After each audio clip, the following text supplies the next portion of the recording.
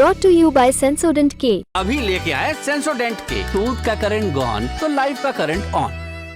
नेता नगरी में आज बात होगी विस्तार से 3 राज्यों की। हेमंत सोरेन को अरेस्ट किया गया और डर फैला हुआ है कि अगला नंबर क्या डीएमके का आएगा या केजरीवाल जी का आएगा, किसका आएगा। राहुल गांधी के भाषण और कल्पना सोरेन के आंसू, अगर ये दोनों एक साथ एक मिक्स करते हैं तो कुछ बेहतर स्पेस या बेहतर रिजल्ट लोकसभा चुनाव में भी जेएमएम को मिल सकती है। मृत संजीवनी विद्या, दावा किया जाता है कि इसका साधक मरे हुए लोगों से बात कर सकता है, बीते हुए वक्त को जिला सकता है। क्या बिहार के मुख्यमंत्री नीतीश कुमार इस तरह की किसी विद्या का राजनीति में निरंतर अभ्यास कर रहे हैं? नीतीश कुमार बहुत ही गजब के दिमाग का है कि इनके ये कपार मतलब सर जो है उसमें कांटी लगाइएगा तो पेचकस बन के निकलेगा। चिराग पासवान कांप रहे हैं, कुशवाहा हाँफ रहे हैं। सोचिए, बताइए। सम्राट चौधरी मुख्यमंत्री का पास पहुंचते हैं, नीतीश कुमार खड़े नहीं होते हैं, बैठे रहते हैं। क्या कई स्थापित और कई बार के सांसदों के टिकट कटेंगे? इस बार बीजेपी में मैं कह सकता हूं राजनाथ सिंह जी को छोड़ दीजिए लखनऊ से, उसके अलावा मुझे कोई ऐसा चेहरा नहीं दिखता जो ये कह दे कि नहीं उनका टिकट तो बिल्कुल तय है। उनका भी टिकट कर सकता है, उनकी छवि को लेके पार्टी काफी संदेह में है, तो ऐसे कई हैं। एक से एक गाने बन गए हैं इन पर भोजपुरी की। अभी एक गाना सुन रहा था मैं, ले ले पानी कसम दांत पीस के, अब की ना छोड़ अब नीतीश के। नमस्कार, सौरभ द्विवेदी नाम है हमारा और आप देखना शुरू कर चुके हैं लल्लन टॉप का वीकली पॉलिटिकल शो नेता नगरी। नेता नगरी में आज बात होगी विस्तार से 3 राज्यों की, केंद्र पर कुछ टिप्पणियों की। ये राज्य हैं उत्तर प्रदेश, बिहार और झारखंड। राहुल गांधी की भारत जोड़ो न्याय यात्रा की भी बात करेंगे और जो उठापटक चल रही है सत्ता के इर्द गिर्द उसकी भी बात करेंगे। उत्तर प्रदेश में किन माननीयों के टिकट कटने की संभावना या आशंका है, आप जिस पाले में हैं उस हिसाब से शब्द चुन लें। बिहार में हुआ क्या और वो एक खास लिट्टी पार्टी जिसमें नीतीश कुमार पहुंचे, वहां पर चर्चा क्या हुई, इसके बारे में जानेंगे। ये भी कि सोरेन परिवार की अंदरूनी राजनीति क्या रही और क्या एक ऐसा काम झारखंड मुक्ति मोर्चा कर सकता है जो विद्वान पत्रकारों के हिसाब से गेम चेंजर हो सकता है। किसके आंसू पांसा पलट सकते हैं, इन सब पर विस्तार से बात होगी। तो आइए शुरू करते हैं नेता नगरी। आप लोगों ने फिल्मों में गेस्ट अपीयरेंस देखा है, आज नेता नगरी में भी है।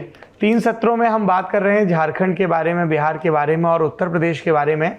लेकिन उससे पहले राष्ट्रीय राजनीति पर एक टिप्पणी ले लेते हैं। हमारे साथ हैं वरिष्ठ पत्रकार राजदीप सरदेसाई। एक लंबे अरसे बाद नेता नगरी में उनकी वापसी हो रही है। अगले हफ्ते विस्तार से बात करेंगे मूड ऑफ द नेशन पर, लेकिन हमने राजदीप जी से दरख्वास्त की कि आपके ये जो तमाम पार्टियों में मित्र फैले हुए हैं, टीएमसी में, कांग्रेस में, सपा में, आरजेडी में, झारखंड मुक्ति मोर्चा में और भाजपा में भी, इससे पहले कि राजदीप जी ऑब्जेक्ट करें कि आप सिर्फ विपक्षियों के साथ मेरी मित्रता का गुणगान करते हैं, इनसे ज़रा समझ लें कि ये जो इतने धूम धड़ाके के साथ एक इंडिया ब्लॉक बना था, इंडिया अलायंस बना था, वो एक एक करके गिरता क्यों जा रहा है। और यहीं पर मैं पिच इन करूँगा, इस बार की जो इंडिया टुडे मैगजीन है उसमें भी कवर स्टोरी इसी बात पर है कि ये गिरता पड़ता इंडिया अलायंस क्यों है। क्योंकि हम देख रहे हैं बंगाल में ममता बनर्जी ने कह दिया कि ये तो 40 सीटें पार कर ले कांग्रेस तो बहुत है। बिहार में नीतीश कुमार चले ही गए अपनी नाराज़गी का हवाला देकर। झारखंड में हेमंत सोरेन की गिरफ्तारी हो गई है तो वहाँ पे सरकार बचाने की कवायद चल रही है। उत्तर प्रदेश में अखिलेश यादव ने अपने तय 11 सीटों का ऐलान कर दिया है और फ्रेंडली फाइट की बात पहले ही हो चुकी है, चाहे वो केरल हो, चाहे वो पंजाब हो या फिर दिल्ली हो। तो चीज़ें बहुत दुरुस्त चल नहीं रही इंडिया ब्लॉक में। राहुल गांधी की यात्रा चलते चलते ज़रूर झारखंड पहुंच गई, तो इन सब पर बताएंगे राजदीप सरदेसाई जी। बताइए सर। सौरभ जी, पहले तो आपके दर्शकों को मेरा बहुत बहुत शुक्रिया। जब मैं इतने 5 हफ्तों से नहीं हूँ, दर्शकों ने मुझे व्हाट्सएप भेजे, उनको मेरा नंबर कहाँ से मिला मुझे मालूम नहीं, आपके कमेंट्स भेजे, मैं बहुत शुक्रगुजार हूँ। और ये आपके नेता नगरी और लल्लन टॉप की खूबी है कि आपने इतना बड़ा एक कॉन्स्टिट्यूंसी बनाया है कि हम जैसे अंग्रेज़ी पत्रकारों को एक मौका मिलता है जिससे हम एक नई कॉन्स्टिट्यूंसी के सामने अपनी बात रख पाए। तो सभी आपके दर्शकों को बहुत बहुत शुक्रिया। मैं गेस्ट अपीयरेंस की तरह आ रहा हूँ। वो गेस्ट अपीयरेंस बहुत इंपॉर्टेंट हुआ करता था एक बार हिंदी सिनेमा में, लोग इंतजार करते थे गेस्ट अपीयरेंस का जी। लेकिन जो आपने बात की बिल्कुल सही है सौरभ, मुझे लगता है इंडिया अलायंस अब अपनी आखिरी पड़ाव पर है, लगभग टूट चुका है। और आप कह सकते हैं कांग्रेस अब उस दिशा में गया है जो पहले हुआ करता था कि जो यूपीए के काल में जो उनके सहयोगी थे ज्यादातर उन्हीं के साथ अब रह गया, यानी प्री इंडिया अलायंस जो कांग्रेस का गठबंधन था जिसमें डीएमके थी, जिसमें एनसीपी थी, उनके साथ उनके समझौते रहेंगे, बाकियों के साथ नहीं। और बड़ी विचित्र स्थिति मुझे लगता है 3 दिसंबर को, जिस दिन सौरभ वो चुनावी नतीजे आए जिसमें कांग्रेस 3 हिंदी भाषिक राज्य में हार गई चुनाव बीजेपी के सामने, तब से इनकी उल्टी गिनती शुरू हो गई।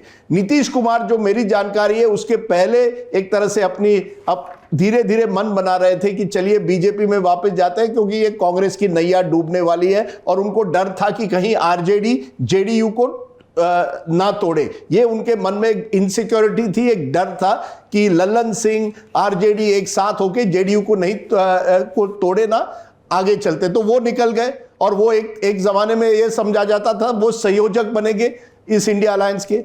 देखिए ममता बनर्जी और राहुल गांधी का सालों से नहीं बना है। 2016 और 2021 में कांग्रेस ने लेफ्ट के साथ बंगाल में चुनाव लड़ा था और ममता बनर्जी अपने करीबियों को हमेशा कहती है राहुल गांधी सीताराम येचुरी की बात सुनते हैं, मेरी बात नहीं सुनते।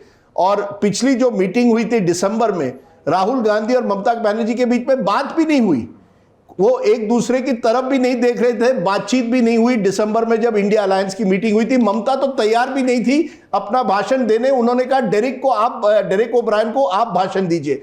यानी ममता बनर्जी को कहीं ना कहीं लगा कि कांग्रेस जो है वो बंगाल में आकर अधीर रंजन चौधरी खासकर की लोकसभा नेता वहां आकर बार बार मुझ पर हमला करते हैं और राहुल गांधी कुछ कहते नहीं है। अब जब यात्रा बंगाल में आई तो ममता ने कहा अब बहुत हो चुका, क्योंकि यात्रा ऐसे इलाकों में जा रही है, मालदा, मुर्शिदाबाद, जो कांग्रेस जहां के गढ़ माने जाते हैं, और ममता बनर्जी समझती है ऐसे आप अपने गढ़ में आ रहे हैं लेकिन आप बंगाल में आ रहे हैं, मैं तय करूंगी एक तरह से बंगाल की राजनीति कैसे होनी चाहिए। जो हमें जानकारी आ गई है वो ये है कि हेमंत सोरेन के बाद एक डर फैला हुआ है इस इंडिया अलायंस में कि अगला नंबर किसका। अरविंद केजरीवाल का नाम आ रहा है, लेकिन कुछ सूत्रों के अनुसार डीएमके के कुछ नेताओं का भी नाम आ रहा है।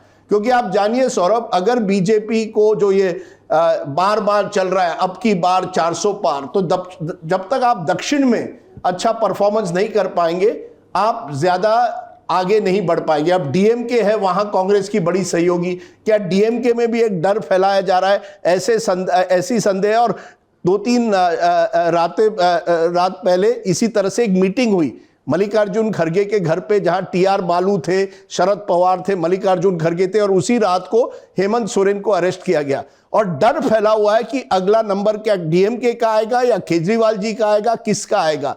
इस बीच में यह भी खबर आ गई है कि प्रधानमंत्री शायद कन्याकुमारी से चुनाव लड़े, और कन्याकुमारी, क्योंकि बीजेपी के जो अंदरूनी सर्वे वो दिखा रहे हैं कि बीजेपी तमिलनाडु में 10-12% तक भी पहुंच सकती है वोट शेयर में। तो एक माहौल बन गया है जहां बीजेपी अग्रेसिवली दक्षिण भारत में जा रही है, पूर्व में जा रही है, और उधर दूसरी तरफ जो इंडिया अलायंस है उनके घटक दल में डर है। आपने अखिलेश यादव का जिक्र किया, अखिलेश यादव भी एक तरह से ये दिखाना चाहते हैं देखिए यूपी मेरा इलाका है, मैं डिसाइड करूंगा कौन कितनी सीटें लड़ेगा। वही ममता बनर्जी ने किया। तो 3 दिसंबर के बाद जैसे ही कांग्रेस कमजोर हो गई, ये क्षेत्रीय दल मजबूत हो गए और वो अपनी राजनीति कर रहे हैं। एक ही और खिलाड़ी है इसमें, अरविंद केजरीवाल, और अरविंद केजरीवाल पर भी ईडी का खतरा मंडरा रहा है। और आप देखेंगे अरविंद केजरीवाल ने चंडीगढ़ मेयर पोल्स के खिलाफ जब डेमोन्स्ट्रेशन दिल्ली में किया तब कांग्रेस उसमें शामिल नहीं हुई, वो आम आदमी पार्टी का डेमोन्स्ट्रेशन था। तो जहां भी जाओ एक ऐसा लगता है कोई कोऑर्डिनेशन अब नहीं रह गया है, और मुझे लगता है बहुत मुश्किल होगा आप इंडिया अलायंस को एकजुट होकर ये चुनाव लड़ना, बहुत मुश्किल है। Thank you Rajdeep. जो तंत्र में आस्था रखते हैं वो एक विद्या की बात करते हैं, मृत संजीवनी विद्या। दावा किया जाता है कि इसका साधक मरे हुए लोगों से बात कर सकता है, बीते हुए वक्त को जिला सकता है, क्या बिहार के मुख्यमंत्री नीतीश कुमार इस तरह की किसी विद्या का राजनीति में निरंतर अभ्यास कर रहे हैं? क्योंकि उनके बयानों को अलग से संरक्षित करने की जरूरत महसूस होती है। तमाम प्रदेशों के सूचना विभाग को, तमाम सूचना संस्थानों के, समाचार संस्थानों के दफ्तरों को, संपादकों को और संवाददाताओं को, क्योंकि हमें ठीक ठीक पता नहीं होता है कि नीतीश कुमार के किसी बयान की उम्र कुल जमा कितनी है और कौन सा बयान है जो आज के युग के कबीर की किसी उलटबांसी में बतौर खाद मृत होकर काम आएगा। नीतीश कुमार जब कहते हैं स्थायी भाव से कहते हैं, लेकिन उनका स्थायी भाव उतना ही अस्थायी होता है जितना इस फानी दुनिया में हमारा और आपका जीवन खासा क्षणभंगुर है। किसी क्षण की उम्र 1 साल होती है, किसी की 1.5, किसी की 3, किसी की 4। कितनी ही पार्टियां, कितने ही पाले उन्होंने बदल लिए हैं। भाषाविद नए सिरे से माथा खुजा रहे हैं कि अब इस कलाबाजी के लिए कौन से नए पदबंध गढ़ें। पर सारा इल्जाम नीतीश कुमार पर ही धरा जाए क्या? क्या हुआ अमित शाह के उन बयानों का जिसमें नीतीश के लिए दरवाजा बंद होने की बात कर रहे थे? क्या हुआ सम्राट चौधरी की मुरैठा के साथ बांधी गई उस शपथ का? मुरैठा कायम है, लेकिन सत्य यह भी है कि जिस सरकार में वो डिप्टी चीफ मिनिस्टर हैं, उसके चीफ मिनिस्टर नीतीश कुमार हैं। क्या संजय झा ने बताया दिल्ली आकर पटना में क्या हुआ? सुशील मोदी मीटिंग में इकलौते क्यों पड़ गए और फिर भी क्यों उनकी ही बात पर सही की टीप लग गई? बिहार में इतना कुछ हो रहा है, जो जिस पाले में है उस हिसाब से व्याख्याएं कर रहा है, शाबाशियां बांट रहा है। कोई रियल पॉलिटिक की बात कर रहा है और कह रहा है कि लोकसभा चुनाव के पहले इंडिया गठबंधन को अस्थिर कर दिया गया। कोई नीतीश कुमार की कीमियागिरी की बात कर रहा है। कोई कह रहा है कि तेजस्वी यादव को अभी बिहार की राजनीति पर और पकड़ बनाने में वक्त लगेगा। वो लल्लन सिंह के बहाने नीतीश पर दांव धरना चाहते थे, लेकिन गेम बदल गया। कोई कह रहा है कि दिल्ली में बैठे भाजपा के नेताओं को इस बात का अंदाजा था, कभी सर्वे के जरिए, कभी किसी और के, कि नीतीश साथ नहीं होंगे तो लोकसभा चुनाव में समस्या आएगी, क्योंकि नीतीश अगर भाजपा के साथ नहीं होंगे तो आरजेडी के साथ होंगे। RJD plus JDU plus Congress plus left party, ये एक ऐसा कॉम्बिनेशन है जिसे नरेंद्र मोदी के नेतृत्व के बावजूद बीजेपी आज तक पस्त नहीं कर पाई है। इन्हीं सब गुणागणित के बीच हुआ बदलाव आपने पिछले हफ्ते के नेता नगरी में विस्तार से सुना था। अटकलों के बारे में, सारी अटकलों पर सही की मुहर लग गई। इसलिए अब आगे की बात, हुआ क्या, किसको कैसे मनाया गया और किसकी रुसवाइयों को हमेशा के लिए तिलांजलि दी गई, इस पर विस्तार से बात करने के लिए हमारे साथ पटना से जुड़ रहे हैं 3 वरिष्ठ पत्रकार, आप सबके बहुत प्रिय, नीतीश कुमार के भी अभी कल तक बहुत प्रिय थे, जो कन्हैया बेलारी जी। बहुत बहुत स्वागत है सर आपका नेता नगरी में एक बार फिर से। हाँ, थैंक यू, बहुत बहुत धन्यवाद। स्वागत है सर। इसके अलावा हमारे साथ हैं द इंडियन एक्सप्रेस अखबार के senior assistant editor Santosh Singh ji. Santosh ji, एक बार फिर से आपका बहुत बहुत स्वागत है नेता नगरी में। Thank you Saurabh. इसके अलावा हमारे साथ इंडिया टुडे टीवी के पटना ब्यूरो से जुड़ रहे हैं रोहित सिंह जी, रोहित कुमार सिंह जी, आपका भी बहुत बहुत स्वागत है। धन्यवाद सौरभ। इससे पहले कि हम बात आगे बढ़ाएं, हमको ये बताइए कि ये संजय झा से इतर भी जेडीयू का भाजपा में कोई दरवाजा खुलता है क्या संतोष जी?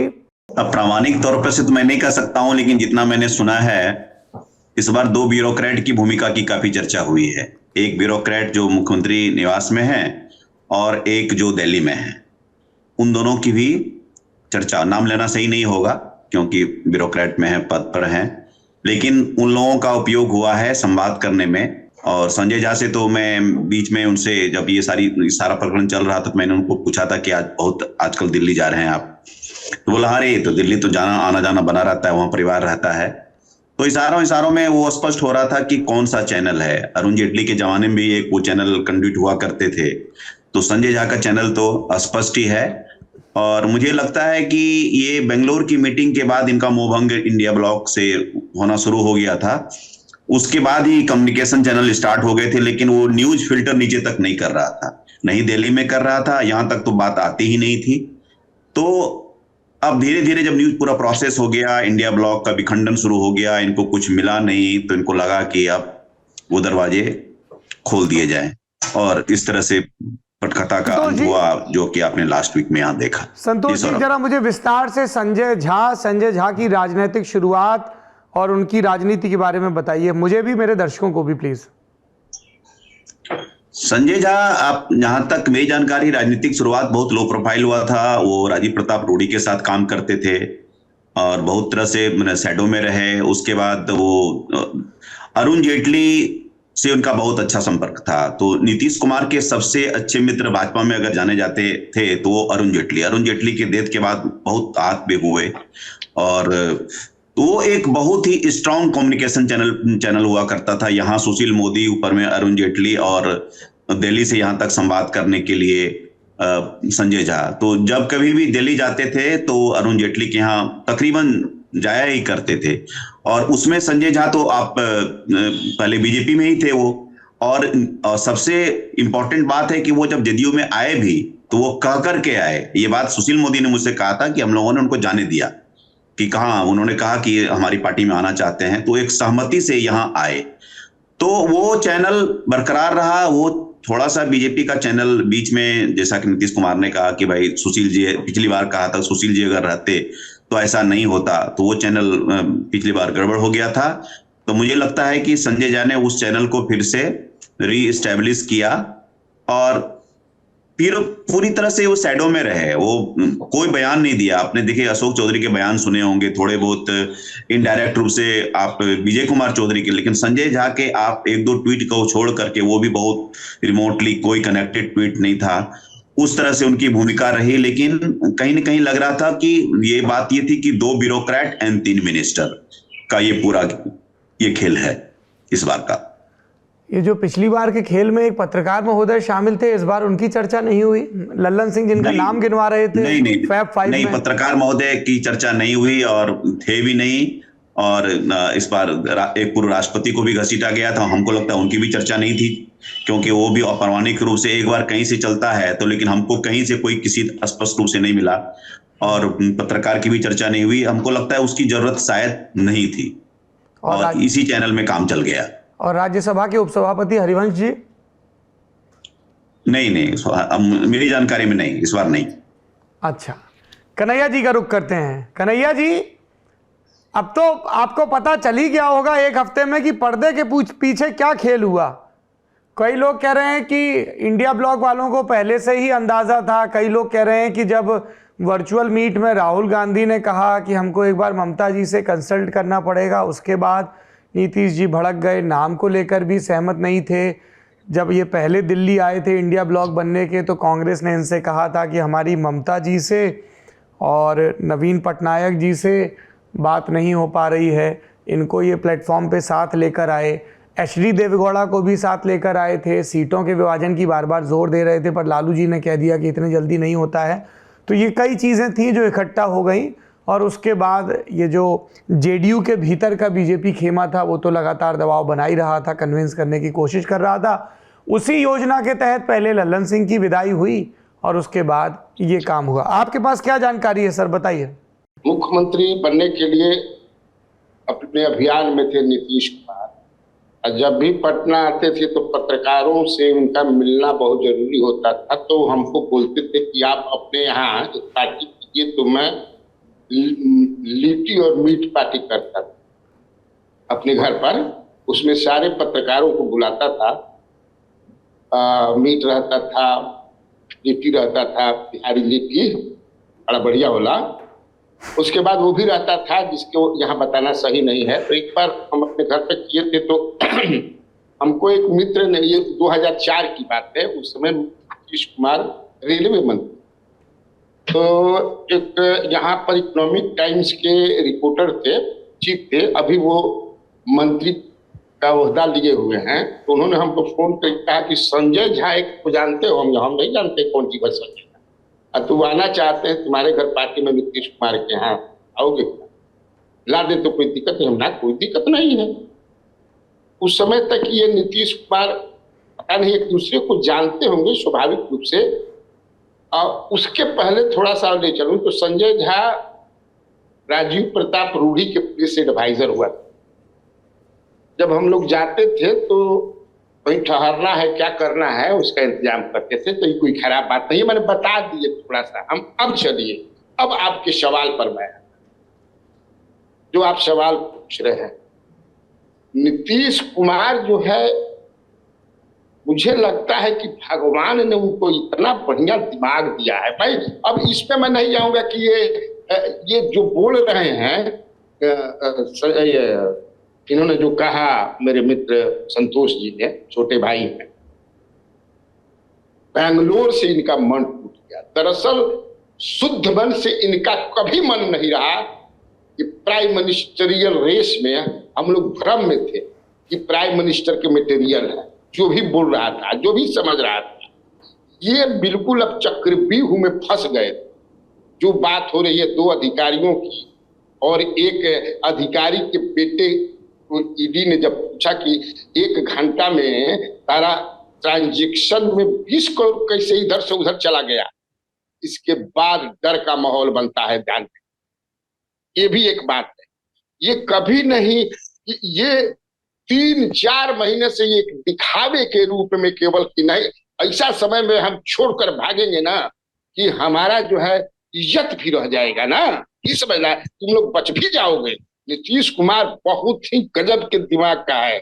हम कई बार आपके चैनल में ही बोल चुके हैं कि इनके ये कपार मतलब सर जो है उसमें कांटी लगाइएगा तो पेचकस बन के निकलेगा। उतना दिमाग बहुत कम लोगों के है। कल बीबीसी पर एक भाजपा एमएलसी का इंटरव्यू आप देखिएगा, संजय पासवान का, वो क्या कहते हैं, उन्होंने जो कहा है, मैं सुन रहा था कि अब नीतीश कुमार क्या चीज है स्किल के मामले में, जिसका कोई बढ़िया संगठन नहीं, कोई जातीय जनाधार मजबूत नहीं, कुछ नहीं, लेकिन आज के तिथि में भी क्या है, मैंने ये जो मंत्रिमंडल का जो देख रहे हैं हो रहा है, वो नीतीश कुमार जो है बैकफुट पर नहीं है, या वेद कुमार जो है ये डिफेंसिव नहीं है, स्टिल ही जो ऑफेंसिव।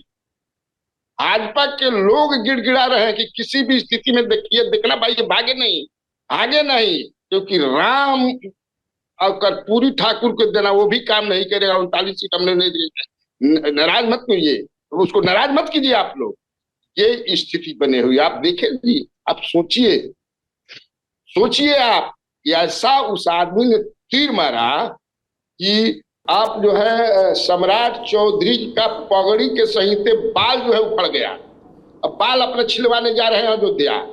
आरसीपीसी समझिएगा पटकुनिये गिर गए मुस्तफापुर में।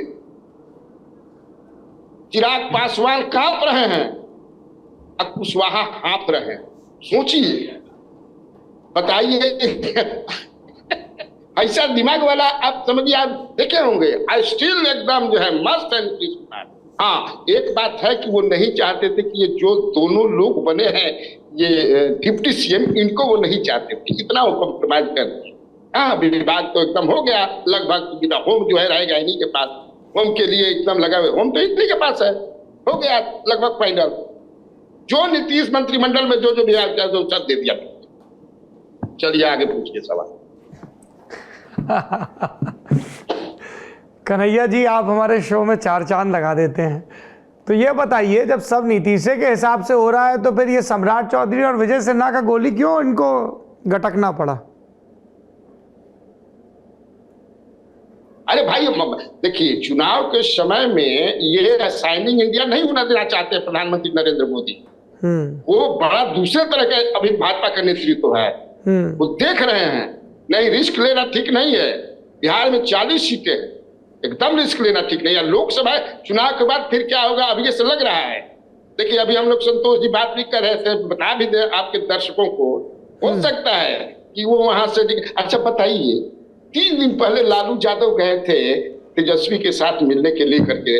अब लालू यादव ने पूछा, तेजस्वी ने पूछा कि अंकल चचा जी ऐसा है कि बड़ा हल्ला है कि आप क्या बात करते हो, क्या बात करते हो, तू मेरा बेटा है, मेरे बेटे का समान है, ऐसा सोचता है। मैंने तुमको अपना उत्तराधिकारी बनाता है, तुम भी ज्यादा अखबार पढ़ रहे हो क्या, टीवी में ऐसा देख रहे हो क्या? ऐसा ही सब छापते रहता है जो दिल्ली वाला कहता है छाप रहा है। बताइए, इतना तक है। तो अब धीरे धीरे हमको लगता है कि इस बार जो भागेंगे, अब भागना ही है, आप देख लीजिएगा, इस बार जो भागेंगे तो उसके सर पर ताज रख कर क्या कहेंगे कि अब मैं चला, देखो मैंने कहा था कि ये मेरा उत्तराधिकारी है, 25 का चुनाव यही लड़ेगा, सर पर ताज देने की बात थी। मुझे लगता है पता नहीं मेरा 6वां शीर्ष जो है यही कह रहा है। ओके, रोहित सिंह, पिछली सरकारों से इस सरकार का स्वरूप किस तरह से उलट होगा, क्या अलग है? नीतीश कांस्टेंट हैं, बाकी वेरिएबल हैं, ये तो समझ में आ गया। बिल्कुल सौरभ, देखिए नीतीश कुमार का मतलब राजनीति की यही एक खूबसूरती है, जिधर जाते हैं वहां सर्वमान्य है। बीजेपी के साथ रहते हैं तो सब कहता है भाई आप ही माई बाप है, आप ही मुख्यमंत्री बनिए। आरजेडी जो सबसे बड़ी पार्टी है, नंबर 1 की पार्टी है, उधर जाते हैं तो वहां भी हिम्मत नहीं होती है कि तेजस्वी को कोई मुख्यमंत्री बना दे। नीतीश कुमार वहां भी सर्वमान्य है। तो ऐसा राजनेता जो कहीं भी रहे सब उसको सर्वमान्य मानने को तैयार है, सब उनको मुख्यमंत्री तुरंत मान लेते हैं फटाफट, कोई उसमें इफ एंड बट नहीं होता है। तो ये जो ब्यूटी है, कह सकते हैं खूबसूरती है नीतीश कुमार के राजनीति की। दूसरा सवाल आप पूछ रहे हैं कि स्वरूप क्या हो सकता है, तो देखिए जो कन्हैया जी भी बता रहे थे कि सम्राट चौधरी और विजय सिन्हा को वो वाकई नहीं चाहते थे, क्योंकि देखिए बीजेपी में यही दोनों नेता थे ना जो सबसे ज्यादा मुखर थे नीतीश कुमार के खिलाफ, खूब जम के पानी पी कर जो एक तरीके से कहे कोसा करते थे नीतीश कुमार को। पगड़ी तभी उतारेंगे जब मुख्यमंत्री से इनको हटा देंगे। और हमारी एक जानकारी ये है ना कि जब इनको दिल्ली बुलाया गया था ना अमित शाह के साथ मुलाकात करने के लिए, ये पूरे गठबंधन जो खेल होने से पहले 2-3 दिन पहले के लिए, तो एक बड़ी चर्चा चल रही थी कि नीतीश कुमार अमित शाह ने इनको बुलाया है कंसल्ट करने के लिए कि क्या करें, नीतीश जी को ले नहीं ले, क्या होगा नहीं होगा। तो उसमें एक कहानी है जो हम लोग को भी जो सुनने में ये मिली है कि अमित शाह ने ऐसा कुछ किया नहीं था, उनसे कंसल्ट नहीं किया था, उनको बाकायदा जानकारी सिर्फ दी थी कि नीतीश जी आ रहे हैं और आप जो ये बेकार का जो आप लोग भाषणबाजी करते हैं ना, बयान टीवी पर आकर जो आप नीतीश कुमार के खिलाफ जो इतना आग उगलते हैं, ये है वो बोलते रहते हैं, इसको तुरंत से बंद कीजिए। और ये भी मतलब खबर है बिहार की राजनीतिक गलियारों में कि मुरेठे को लेकर भी कहा था कि ये जो आप मुरेठा वाला बात बोलते रहते हैं बार बार, सब बंद कीजिए, क्योंकि बीजेपी ने फैसला कर लिया था कि नीतीश कुमार आ रहे हैं, इसलिए कंसल्टेशन कुछ नहीं हुआ है कि आपकी क्या राय है, आपकी क्या राय नहीं है। सीधा उनको बुलाया गया था, जो 4-5 लोगों को बुलाया गया था, सम्राट चौधरी थे, विजय सिन्हा, पूर्व उप मुख्यमंत्री थे 2 तारकिशोर प्रसाद, रेणु देवी, इनको सिर्फ इन्फॉर्म किया गया था कि आप लोग बयानबाजी बंद कीजिए, नीतीश जी आ रहे हैं। और इसके बाद ही आप देखिए किस तरीके से बयानबाजी बंद हो गई है। अब बॉडी लैंग्वेज भी देखिए सौरभ, एक चीज आपको बता रहा हूँ, जब शपथ ग्रहण हो रहा था ना, नीतीश कुमार ने सबसे पहले शपथ लिया, बगल उसके बाद दूसरे नंबर पर सम्राट चौधरी थे। सम्राट चौधरी मुख्यमंत्री का पास पहुंचते हैं, नीतीश कुमार खड़े नहीं होते हैं, बैठे रहते हैं। विजय सिन्हा शपथ लेकर आते हैं तीसरे नंबर पर, तब नीतीश कुमार खड़े नहीं होते हैं, बैठे रहते हैं। जब चौथे नंबर पर जब आते हैं ना, फिर उसके बाद यानी फिर विजय सिन्हा आना शुरू होते हैं, फिर प्रेम कुमार आना शुरू होते हैं, तब वो खड़ा होना शुरू होते हैं, तब वो उनका स्वागत, मतलब एक तरीके से शपथ लेकर आप आ रहे हैं तो चलिए आपका अभिवादन करते हैं, अच्छा चलिए ठीक है। यानी नीतीश कुमार को सम्राट चौधरी और विजय सिन्हा का उप मुख्यमंत्री बनना बिल्कुल भी पसंद नहीं है, बिल्कुल ये स्पष्ट बात है। बॉडी लैंग्वेज में वहीं पे था, राजभवन में मैं था शपथ ग्रहण में, बॉडी लैंग्वेज इतना स्टिफ लग रहा था, कोई बातचीत नहीं हो रही थी। नीतीश कुमार दाएं देख रहे थे तो सम्राट चौधरी बाएं देख रहे थे, वैसा मामला था। अब हुआ कि मंत्रिमंडल का स्वरूप क्या होगा, तो देखिए गृह विभाग तो नीतीश कुमार के पास रहेगा, इसमें कोई अब दोहराई नहीं है, लेकिन कुछ महत्वपूर्ण विभाग जो है बीजेपी को मिल सकते हैं जो बीजेपी के पास पहले से था, जैसे वित्त विभाग, हमेशा से सुशील मोदी उसको देखते थे। बीच में अब जब जेडीयू की पिछली सरकार में जब आरजेडी के साथ थे तो जेडीयू के पास चला गया था, विजय कुमार चौधरी बने थे, लेकिन मुझे लगता है वित्त विभाग फिर से हो सकता है संभवतः बीजेपी को मिल जाए। उसके बाद हेल्थ जो है, स्वास्थ्य भी अभी बीजेपी को मिल सकता है। लेकिन इसमें एक बार देखिए खेल क्या होगा ना, जो जातीय जनगणना का रिपोर्ट जो आया है ना, उस रिपोर्ट के आधार पर भी जो है इस बार मंत्रिमंडल में उलटफेर देखने को मिल सकता है। जिसकी आबादी ज्यादा है, जिसकी संख्या ज्यादा आई है, उसको उतना प्रतिनिधित्व जो है वो दिया जाए, ये एक बड़ा जो एक फैक्टर हो सकता है। इससे पहले ये फैक्टर नहीं होता था। इससे पहले नीतीश कुमार जिसको चाहते थे, चलिए ये मेरे तरफ से ये 8-10 मंत्री बनेंगे या बीजेपी की तरफ से ये 10-12 मंत्री बनेंगे, लेकिन इस बार जातीय जनगणना का रिपोर्ट जो है वो भी एक बड़ा एक कंसिडरेशन का फैक्टर रहेगा कि उसको भी ध्यान में रखकर जो है मंत्रिमंडल का जो है वो विस्तार किया जा सकता है। तो इसलिए ये मत समझिए कि जितने जेडीयू के मंत्री थे या जितने बीजेपी के मंत्री 2022 तक थे, मतलब बहुत सारे उसमें रिपीट हो जाएंगे, ऐसा भी नहीं है। इस बार जातीय जनगणना के फैक्टर को भी जो है ध्यान में रखते हुए ही जो है सौरभ, मुझे लगता है कि मंत्रिमंडल का भी विस्तार किया जाएगा। Okay, thank you. Santosh ji, ये तो नेताओं की बात हो गई है ना, जो एक हफ्ते से चल रही है। जनता क्या सोचती है इस तमाशे के बारे में?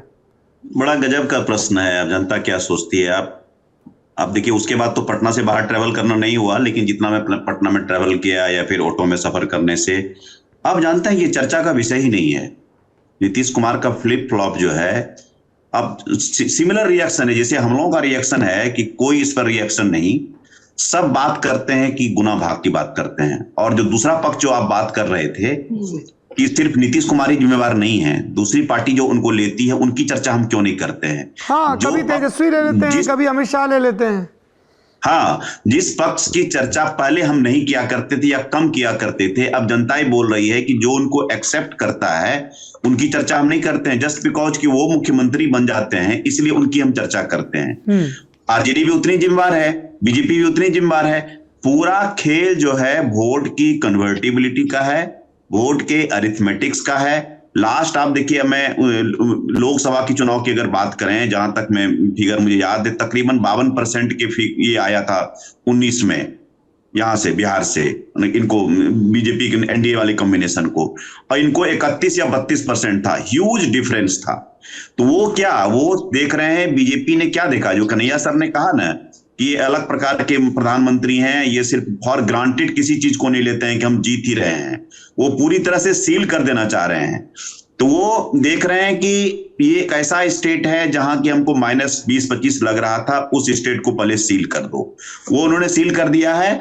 जनता में कोई नहीं, मुझे नहीं लगता है कि इतने फ्लिप फ्लॉप के बाद अगर कोई असर नहीं पड़ा तो इस बार करने से भी कोई असर पड़ने वाला मुझे नहीं लगता है कि कोई, सिर्फ फिर वही से सोशल कॉम्बिनेशन होगा और 3-4 जो बीजेपी के मुद्दे हैं वो उसकी चर्चा होगी, और बहुत फर्क मुझे नहीं लगता है कि इस फ्लिप फ्लॉप होने से जनता का रिएक्शन, इस चीज को कोई बिट्रेयल वाला फैक्टर ये कोई प्ले आउट करने वाला नहीं। Again it will be back to social arithmetic.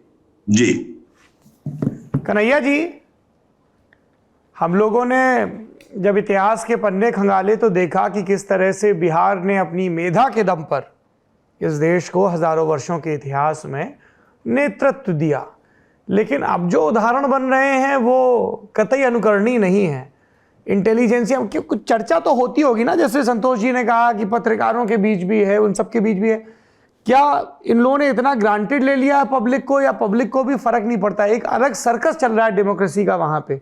हमने इससे पहले झारखंड में देखा था कि एक निर्दलीय मधु कोड़ा और सब सरकार चलाता था। हमने इस देश में खूब तमाशे देखे हैं, हमने और आपने। हमने विधानसभाओं में माइक फेंकते देखे हैं, हमने लोकसभा में मिर्ची वाले, काली मिर्ची वाले पेपर स्प्रे छिड़काए जाते देखे हैं, सस्पेंशन देखा, सब देखा है। पर ये सरकार के स्तर पर 1 बार 2 बार पलटी देखी, कभी हमने पढ़ा था आया राम गया राम, पर बिहार तो बिल्कुल नए रिकॉर्ड कायम कर रहा है। तो इसको लेके कुछ खदबदाहट होती है, किसी वैकल्पिक राजनीतिक उस पर बात हो रही है, या जो इनके अंदर ही दल है?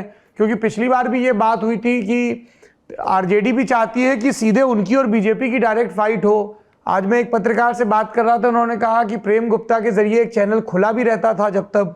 देखिए, ये तो बात सही है कि अब नीतीश कुमार अप्रासंगिक हो चुके हैं। मैंने भले इतना है उनमें कि वो कुर्सी पर बने रहेंगे, फिर इधर भी आएंगे तो सीएम बन जाएंगे, लेकिन इनका इमेज अब तक एक हीरो जो है कैसे विलन अपने आप बनता है अपने कृत्यों से, ये आप सामने देखते हैं। लोग जो है इतना बात करते हैं। आप अभी लगन का माहौल चल रहा है, मैं अभी हाल में गया था वहां, मतलब गांव के लोग ऐसी बात कर रहे हैं इनके बारे में, और इनके वोटर, लेकिन तब भी कहते हैं कि भाई वोट तो देना ही, अब क्या करें, जात का सवाल है। है नहीं उठते। लेकिन हमारे समाज का एक आदमी इतना नीचे गिर जाएगा, इस तरह का कृत्य करेगा, ये समझिए किसे लोग बात करते हैं। एक आदमी ने कहा कि हमारे एरिया का गिरगिट सब सुसाइड कर रहा है, इस तरह से बात करते हैं, बताइए। तो जो मैंने एक समय में मैं इनका मित्र रहा हूँ 40 साल से, यह आदमी का क्या ग्राफ था जी, और कैसे कैसे ये बात करते थे, लगता था कि वाकई जो है ये आदमी दार्शनिक।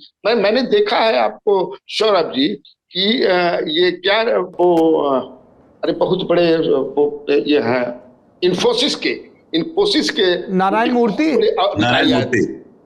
नारायण मूर्ति के नीचे वाले वो नंदन नीलकणी दूसरा था, और बैठक चल रही थी इन्वेस्टमेंट के लिए, क्या क्या हो रहा था। तो मैं भी वहां बैठा था, मैं जाने लगा, लोग आए तो कहते ना बैठिए, तो मैं बैठ गया, बात होने लगी।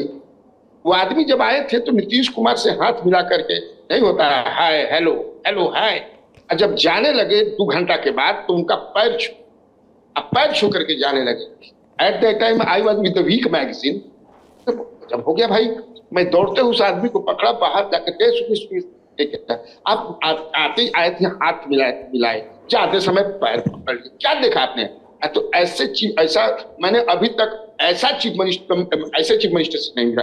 गजब जानकार आदमी है भाई, क्या चीज है, इतना जानकार है। इंजीनियर ना है, जानकार नहीं है कि आप इंजीनियरिंग वाला बात तो कर रहे थे, तो जानकार तो है ही आता ना और सब बात। ये आदमी, और आज बताइए कहाँ हुए। आपके घर आखिरी लिट्टी पार्टी कब किया था नीतीश कुमार ने? वही 2004 में। फिर उसके बाद उनके घर पे जाके आप करने लगे? उसमें बताइए संकर्षण था, तो देश भर के पत्रकार उसमें थे। उस समय चुनाव वाला 2004 का चल रहा था ना। हाँ। देश भर के बड़े बड़े सब पत्रकार। अब हम लोग के जो नए जब दोस्त मिलते हैं, पुराने छूट जाते हैं, ये आप नहीं जानते हैं ये। लेकिन आपने जितना एक अने मार्ग पर पार्टी किया है वो भी हम जानते हैं। पार्टी खूब हुआ है। अब समझिए कि एक से एक गाने बन गए हैं इन पर भोजपुरी के। अभी एक गाना सुन रहा था मैं, ले ले बानी कसम दांत पीस के, अब की ना छोड़ अब नीतीश के। अब इतना पूरा वो भी बिजनेस नीतीश के पलटा पलटी पर इतना गाना बन गया है भोजपुरी में, मगई में, ये पूछिए मत। अच्छा, ये बताइए कन्हैया जी और बाकी आप दोनों से, संतोष जी, रोहित जी से भी यही सवाल है कि विधानसभा अध्यक्ष को लेकर कुछ रस्साकसी होगी क्या? क्योंकि अभी तक अवध बिहारी चौधरी ने इस्तीफा नहीं दिया है। नहीं, तो मुझे लगता है कि दे देंगे। 14 दिन का समय दिया गया। देखिए ये बढ़ाते गए ना सर, पहले इन लोग 5 को अब हाउस का था, फिर 10 को किए, तो उनको लगा कि 14 दिन पहले नोटिस दिया जाता है ना, 14 दिन पहले अविश्वास प्रस्ताव लाने के लिए, या विश्वास तो भाई, तो वो 12 को पूरा हो रहा है। मुझे तो लगता है कि दे देंगे। अगर नहीं देंगे तो अभी क्या होगा, हटा दिए जाएंगे। इस तरह से पिछली बार जो है विजय कुमार सिन्हा जो है हटा दिए थे। अच्छा, दूसरा ऐसा भी हो सकता है कि भाजपा के कुछ नेता जेडीयू के सिंबल पर चुनाव लड़े, जैसे पिछली बार पिंटू लड़े थे सीतामढ़ी से। ये हो सकता है, इसमें देखिए, लेकिन मुझे जो जानकारी है कि नीतीश कुमार 16 सीट जो है, जो उनका विनिंग है, वो छोड़ने नहीं जा रहे हैं। ये हमको जानकारी है, वो छोड़ने नहीं जा रहे हैं। उस पर दबा, ये मैं एक एमएलसी के ही बात में जानकार है, तो ना वो छोड़ नहीं रहेगा, वो छोड़ेंगे नहीं। हम ही लोगों को अपना जो सहयोगी है इनको एडजस्ट करना पड़ेगा, जैसे भी एडजस्ट कर, नहीं तो फिर वो कहेंगे कि ठीक है हम चले हुए, तो फिर हम लोग डरा जाएंगे।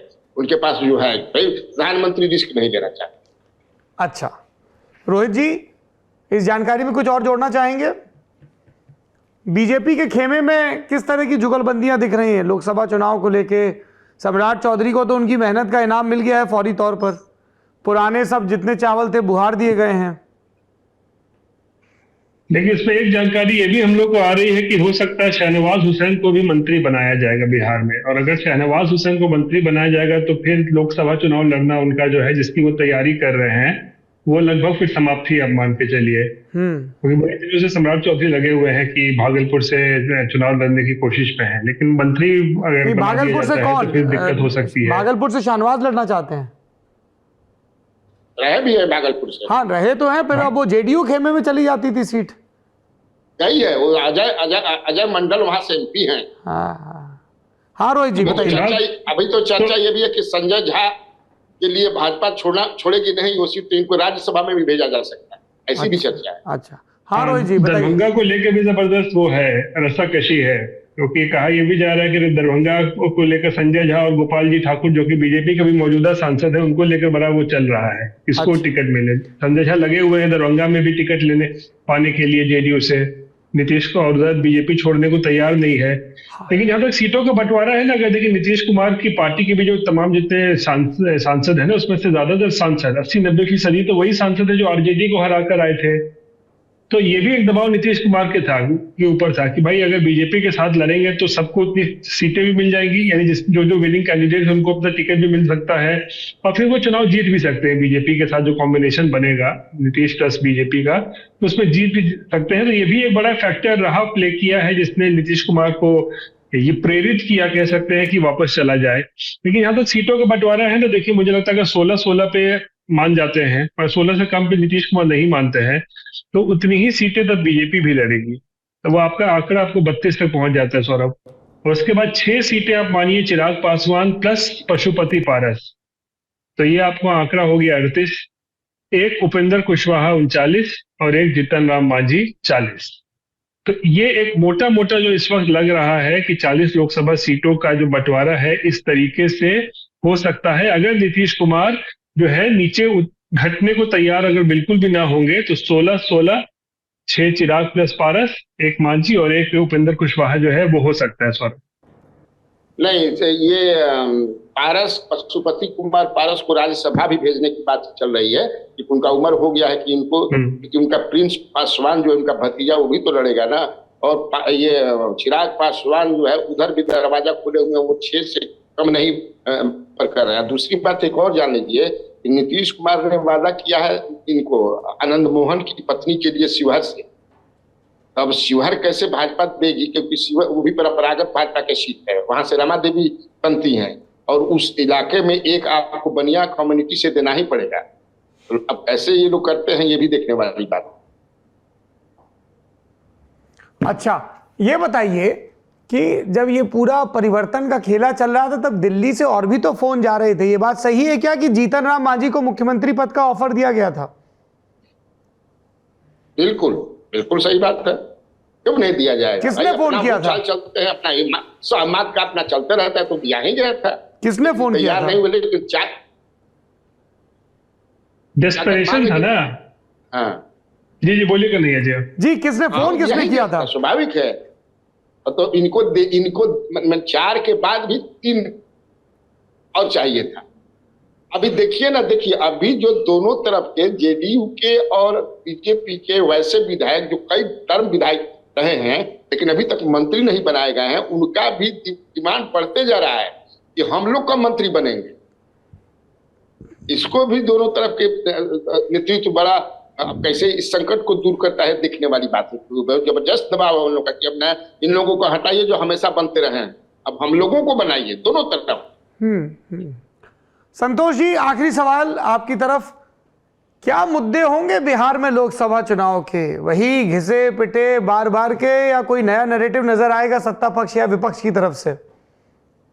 अब तो डबल इंजन का नैरेटिव रहेगा ना, फिर से वापस। अब मोदी जी बताएंगे कि हमने ये किया, पूरा केंद्र वाला मोदी जी का पर्सनालिटी, लाभार्थी योजना, उसके बाद अयोध्या रहेगा, नीतीश जी का रहेगा, हमने 7 निष्ठे ये किया, बिहार का टर्न अराउंड जो भी हुआ 5 के बाद ही हुआ, ये सारी कहानी बताएंगे। जंगल राज की याद दिलाएंगे। हाँ, जंगल राज की। वो Nitish Kumar cut off date जो है अपना 5-10 नहीं रखते हैं, वो रखते हैं 5 के पहले। वो नहीं कहते हैं कि 10 के पहले क्या था, 15 के पहले क्या था।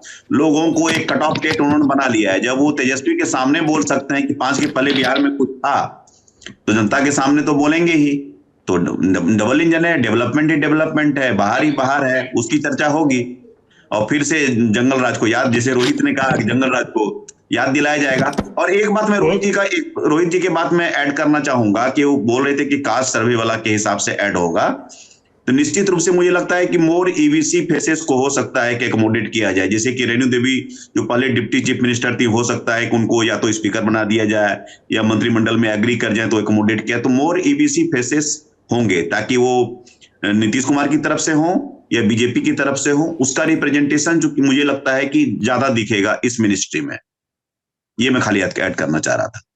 अच्छा, चलिए, संतोष जी, कन्हैया जी, रोहित जी, आप तीनों का बहुत बहुत शुक्रिया। बिहार पे हमारा और हमारे दर्शकों का ज्ञानवर्धन करने के लिए बढ़ते हैं अगले सत्र की तरफ इस उम्मीद के साथ। एक चीज जी जोड़िए सर, जोड़िए, आपका कच्चा लोहिए जी, बोलिए। एक चीज देखिए, तेजस्वी यादव की राजनीति जो है, उसका व्यक्तित्व जो है, जैसे होता है ना कि जो अपोजिशन में नेता होता है वो निखरता है और जो सत्ता में होता है वो बिखरता है। तो ये देखने को गांव में बात करने पर लगता है कि तेजस्वी के प्रति एक सिंपैथी जो है, गेनिंग सिंपैथी, एक हमने ये देखा है। क्योंकि अभी लगन का माहौल है, मैं बताया कि इधर बड़ा घूमना उमना होता है, ये हमने देखा है। और आप देख रहे होंगे कि बड़ा संभल करके वो बयान, काफी सही टिप्पणी आई उनकी तरफ से, बयान दिया है जी बिल्कुल, काफी सही टिप्पणी आई। और ये हम लोगों के लिए भी एक लर्निंग थी। जब हम लोग 2020 में घूम रहे थे विधानसभा चुनाव में, तो जो परंपरागत समीकरण समझाए जाते हैं भाजपा, जेडीयू या आरजेडी के, तो हमने देखा था कि अक्रॉस द कास्ट ग्रुप नौजवानों का एक बड़ा वर्ग था जो नीतीश कुमार के सरकार चलाने के तरीकों से नाराज था और तेजस्वी के पक्ष में बात कर रहा था, इनके परंपरागत गढ़ों में। तो बिहार नए नए ढंग से अपनी जनादेश की व्याख्याएं देता रहता है देश के सामने। देखते हैं 2024 में क्या होता है। आप तीनों मेहमानों का बहुत बहुत शुक्रिया, बहुत बहुत प्रणाम। इस सत्र में बात झारखंड की, जहां पर एक राजनीतिक प्रहसन लंबे समय से चल रहा है। नोटिस जा रहे हैं, गिरफ्तारी की आशंका, बैकअप के तौर पर कभी किसी विधायक का इस्तीफा और फिर अटकलबाजियां कि अगर हेमंत सोरेन इस्तीफा देते हैं तो कौन बनेगा झारखंड का नया मुख्यमंत्री। बात इस पर इसलिए हो रही थी क्योंकि संख्या बल में झारखंड मुक्ति मोर्चा के नेतृत्व वाला गठबंधन मजबूत दिख रहा था। दिल्ली की बात करूं, 81 सीटें झारखंड मुक्ति मोर्चा के पास, 29 कांग्रेस के पास, 17 आरजेडी के पास, 1 लेफ्ट के विनोद सिंह का भी समर्थन, कुल मिला के 48 की संख्या। जब नए जो विधायक दल के नेता है चंपई सोरेन, उन्होंने दावा किया, चंपई सोरेन ने तब भी यही कहा कि 47 लोग हमारे साथ हैं। एनडीए गठबंधन के 32 विधायक, जिसमें बीजेपी के 26, आजसू के 3, एनसीपी का 1, 2 निर्दलीय। तो बीजेपी के पास संख्या बल रिक्वायर्ड से 9 कम थे। इसलिए ये गिवन माना जा रहा था कि जब हेमंत सोरेन इस्तीफा देंगे तो जो भी नया विधायक दल का नेता होगा, चाहे वो कल्पना सोरेन हो चाहे चंपई, वो बनेंगे। लेकिन गवर्नर हाउस से जब न्योते में देरी हुई तो नए सिरे से बाड़ेबंदी भी शुरू हुई और अटकलबाजियां भी। लेकिन अब स्थिति साफ है, चंपई सोरेन झारखंड के नए मुख्यमंत्री के तौर पर शपथ ले चुके हैं। कोल्हान इलाके से आते हैं जहाँ पर जेएमएम अपनी प्रेजेंस को बढ़ाना चाहती है। तो हमको लगा कि झारखंड में जो हो रहा है प्रकट और अप्रकट, उसके बारे में विस्तार से बात की जाए। बात करने के लिए हमारे साथ जुड़े हैं एक वरिष्ठ पत्रकार जिनका नाम है सुरेंद्र सोरेन, वो रांची प्रेस क्लब के अध्यक्ष भी हैं। दूसरे पत्रकार है हमारे नौजवान मित्र आनंद दत्ता। आप दोनों लोगों का, सुरेंद्र सोरेन जी का और आनंद दत्ता जी का, बहुत बहुत स्वागत है नेता नगरी में। सुरेंद्र जी, आप मेरी आवाज सुन पा रहे हैं? बिल्कुल, नमस्कार। धन्यवाद आपका कि आपने इस विषय पर चर्चा के लिए मुझे आमंत्रित किया। Sir thank you. मेरे पास जानकारी होगी, मैं आपके साथ साझा करूंगा। Thank you.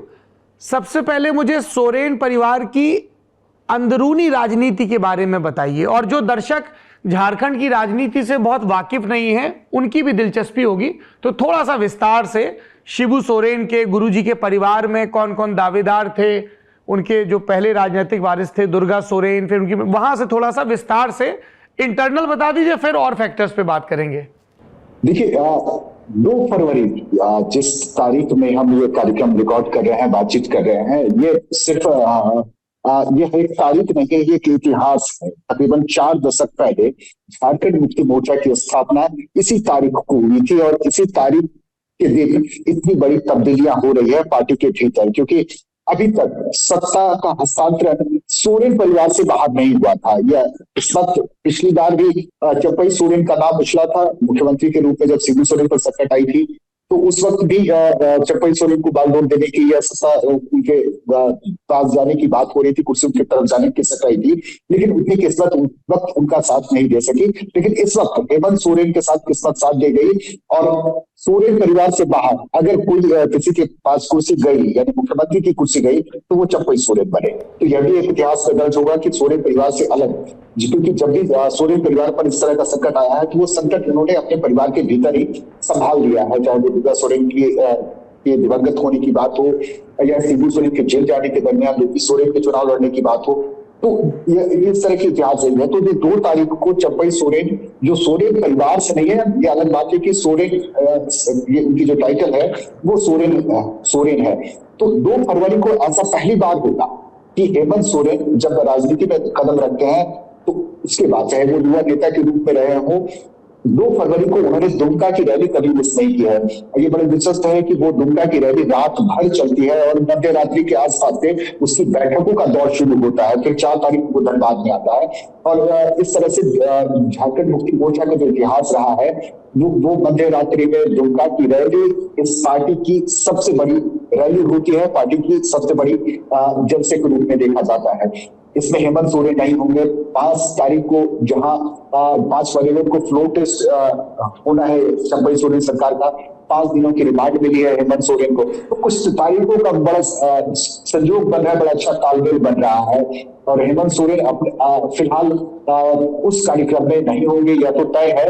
लेकिन यह देखना दिलचस्प है कि क्या हेमंत सोरेन के बगैर उस जलसे में क्या मैसेज निकल करके आता है, क्योंकि उस पार्टी के उस स्थापना दिवस के समारोह में पार्टी अपने अगले 1 वर्ष का लेखा जोखा रखती है, 1 वर्ष के लिए अपना टारगेट सेट करती है, और वहां से वो सबसे बड़ा मैसेज जो है वो अपने वोट बैंक यानी संथाल कम्युनिटी को देती है। तो इस वक्त पार्टी के सबसे बड़े लीडर, चूंकि शिबू सोरेन वृद्ध हो चुके हैं, वो शायद पब्लिक को उतनी अच्छे तरीके से एड्रेस ना कर पाए, लेकिन हेमंत सोरेन जिन्होंने कमान पूरी तरह संभाल ली थी, विरासत पूरी तरह संभाल ली थी, वो इस वक्त जेल में है। तो क्या ऐसी परिस्थिति में शायद मुझे ऐसा लगता है कि कल्पना सोरेन को लॉन्च करने का यह बिल्कुल सही मौका है और सही प्लेटफॉर्म होगा। आप कह रहे हैं कल्पना सोरेन को लॉन्च करने का सही वक्त है, फिर कल्पना सोरेन मुख्यमंत्री बन क्यों नहीं पाई? सिर्फ सीता सोरेन का और बसंत सोरेन का विरोध था इसलिए, या कुछ और भी बात है? नहीं, इसके अलावा 2-3 और पीछे थी कल्पना सोरेन को, क्योंकि कल्पना सोरेन विधानसभा की सदस्य नहीं है। उन्हें उपचुनाव अगर सरफराज से इस्तीफा दिलवा तो दिया था आपने, नहीं होता किसी वजह से, उसकी भी अलग संवैधानिक प्रक्रिया नहीं, मैं कह रहा हूं कि सोरेन जी, तो अगर वो 6 महीने के भीतर अगर वो चुनाव जीत करके नहीं आती तो वैसे ही 6 महीने के बाद उन्हें कुर्सी गंवानी होती। दूसरा मामला यह है कि सेम नेचर के जिस तरह के मामले में हेमंत सोरेन जमीन घोटाले के मामले में जेल गए हैं, तो जमीन से जुड़े कुछ विवादों में कल्पना सोरेन भी घिरी हुई है। एक यहाँ सोहराय भवन है, वो बैंक्वेट हॉल है और होटल है और बैंक्वेट हॉल है, दुर्भाग्यों में स्थित है, राजधानी रांची के प्रमुख स्थल पर है। उस मामले में गाहे बगाहे विपक्ष के नेता इस मामले को उठाते रहे हैं, सोहराय भवन के मामले में जो कल्पना सोरेन के नाम पर है। तो सीएम होते हुए भी या सीएम ना रहते हुए भी, नेता प्रतिपक्ष रहते हुए भी रघुवर दास ने खूब हमले किए थे सीएनटी के और एसपीटी एक्ट के उल्लंघन के मामले में। तो इस तरह के मामले कल्पना सोरेन के साथ भी है। तो इस बात से भी पार्टी डरी हुई थी कि अगर कल्पना सोरेन को आगे किया जाता है तो हो सकता है कि कल्पना सोरेन के मामले भी इनके भी मुद्दे उखाड़ दिए जाते और इन पर भी मामला दर्ज कर दिया जाता, तो फिर वापस पार्टी महीने 2 महीने में गिरकर वहीं पहुंच जाती जिस मामले में हेमंत सोरेन गिरे हुए। आनंद दत्ता जी, हमने सोरेन परिवार की राजनीति के बारे में सुना, खबरें आ रही थी कि शिबू सोरेन के जो दिवंगत बेटे हैं दुर्गा सोरेन, जो मैंने पहले भी कहा उनके राजनीतिक उत्तराधिकारी थे, उनकी पत्नी सीता सोरेन नाराज चल रही थी। क्या कितनी सच्चाई, कितनी अटकलें हैं, क्या है मामला ये? सीता सोरेन ये आज ही नाराज नहीं है, सरकार बनने के 1 साल के बाद से ही वो लगातार नाराज चल रही है। उनकी नाराजगी की वजह थी कि उनकी जो 2 बेटियां हैं, जयश्री सोरेन और एक और बेटी का मैं नाम मैं भूल रहा हूँ, उन्होंने दुर्गा सेना सोरेन के नाम से राजश्री सोरेन मतलब पार्टी भी बनाई थी, संगठन बनाने की कोशिश कर रही थी कि हम एक अलग पॉलिटिकल लाइन पर चलने की कोशिश कर रही थी, लेकिन वो सफल नहीं हो पाया। इसके बावजूद उनकी नाराजगी लगातार बनी हुई थी। ये बात बिल्कुल सही है कि वो इस दौरान बीजेपी के भी संपर्क में रही।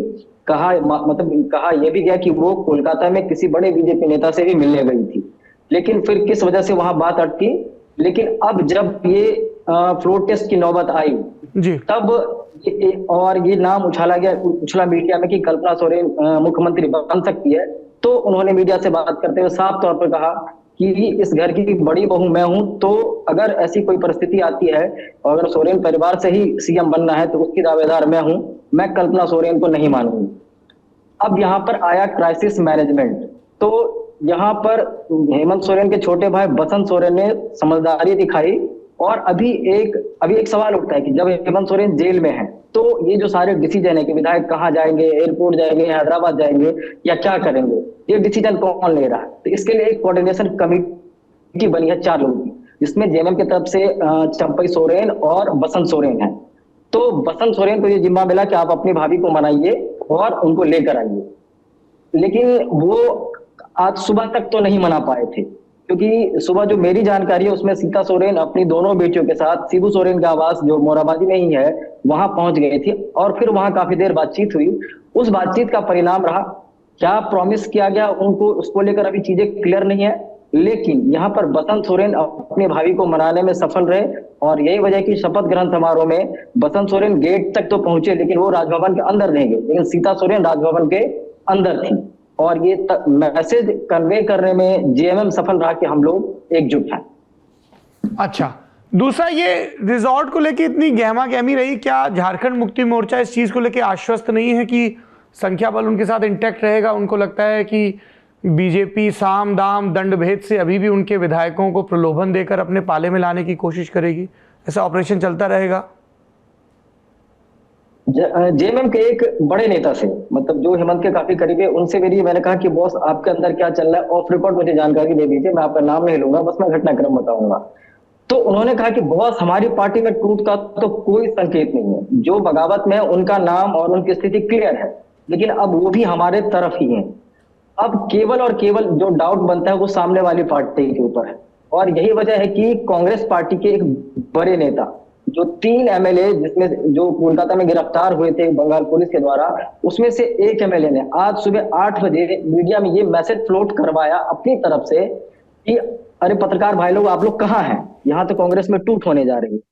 सबका मतलब दिमाग ठनका फिर से कि क्या हो रहा है, क्या हो रहा है। थोड़ी देर बाद पता चला कि वो विधायक, मैं उनका नाम नहीं लूंगा क्योंकि उनकी ये बातचीत मेरे पास ऑडियो में रिकॉर्ड नहीं है, फिर पता चला कि वो विधायक खुद मंत्री बनने के लिए ये बातें मीडिया में फ्लोट कर रहे हैं कि कांग्रेस में टूट हो सकती है क्योंकि उनकी बात मानी जाए। ये हिम्मत वो तब कर रहे हैं जब उन्हीं के इलाके में राहुल गांधी प्रवेश कर चुके हैं, ये हिम्मत वो तब कर ले जा रहे हैं। तो जेएमएम विधायक का कह रहा था कि बॉस हमारे पार्टी में तो जो मतलब टूट की कोई संभावना नहीं है, लेकिन सामने वाली पार्टी में है, और ऐसी बात जब अब मेरे सामने आई है तो मैं इसकी शिकायत गुलाम अहमद मीर से और कांग्रेस के और अधिकारियों से मैं करने जा रहा हूं। 3 विधायक थे, इरफान अंसारी, राजेश कच्छप और नमन बिक्सल कोंगरी, यही थे तीनों?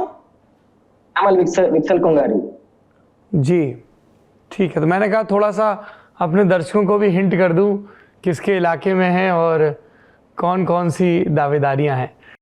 सुरेंद्र जी, आनंद जी, अगला सवाल आप दोनों लोगों से है। अभी सारा खेला लोकसभा चुनाव का भी है।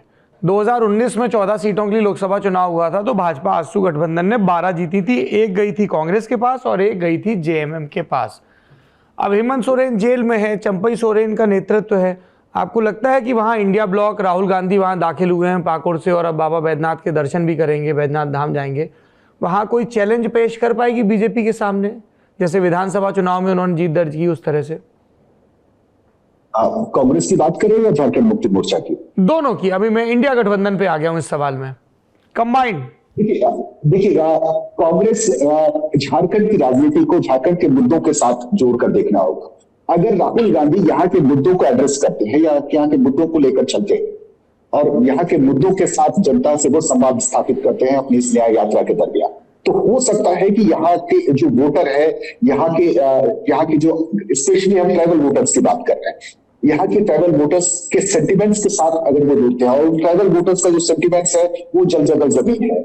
और अगर कांग्रेस नेशनल इश्यूज को लेकर बात करती है और वही मुद्दे जो कश्मीर से लेकर के कन्याकुमारी तक राहुल गांधी लेकर चलते रहे और इस वक्त मणिपुर से मुंबई तक वो लेकर जाने की बात कर रहे हैं, तो अगर उन्हीं जनरल मुद्दों को लेकर के चलते हैं, अगर वो प्रदेश के साथ अपने मुद्दों को बदलती जाती है और जिन प्रदेशों में जिन मुद्दों को लेकर के चुनाव होते हैं, चाहे वो लोकसभा का चुनाव हो या विधानसभा का चुनाव हो, थोड़े से मुद्दों में बदलाव होता है, थोड़ी से मुद्दों में तब्दीलियां आती है, लेकिन कमोबेश जो है वहां के लोगों की जो मुद्दे हैं वही उन्हीं से वो जकड़े हुए रहते हैं, उन्हीं से वो बंधे रहते हैं। तो उनके सेंटिमेंट्स को कितना छू पाते हैं राहुल गांधी, या उनकी इस रैली में या उनकी इस यात्रा में दिखाई पड़ जाएगा। और ये कांग्रेस की बात थी।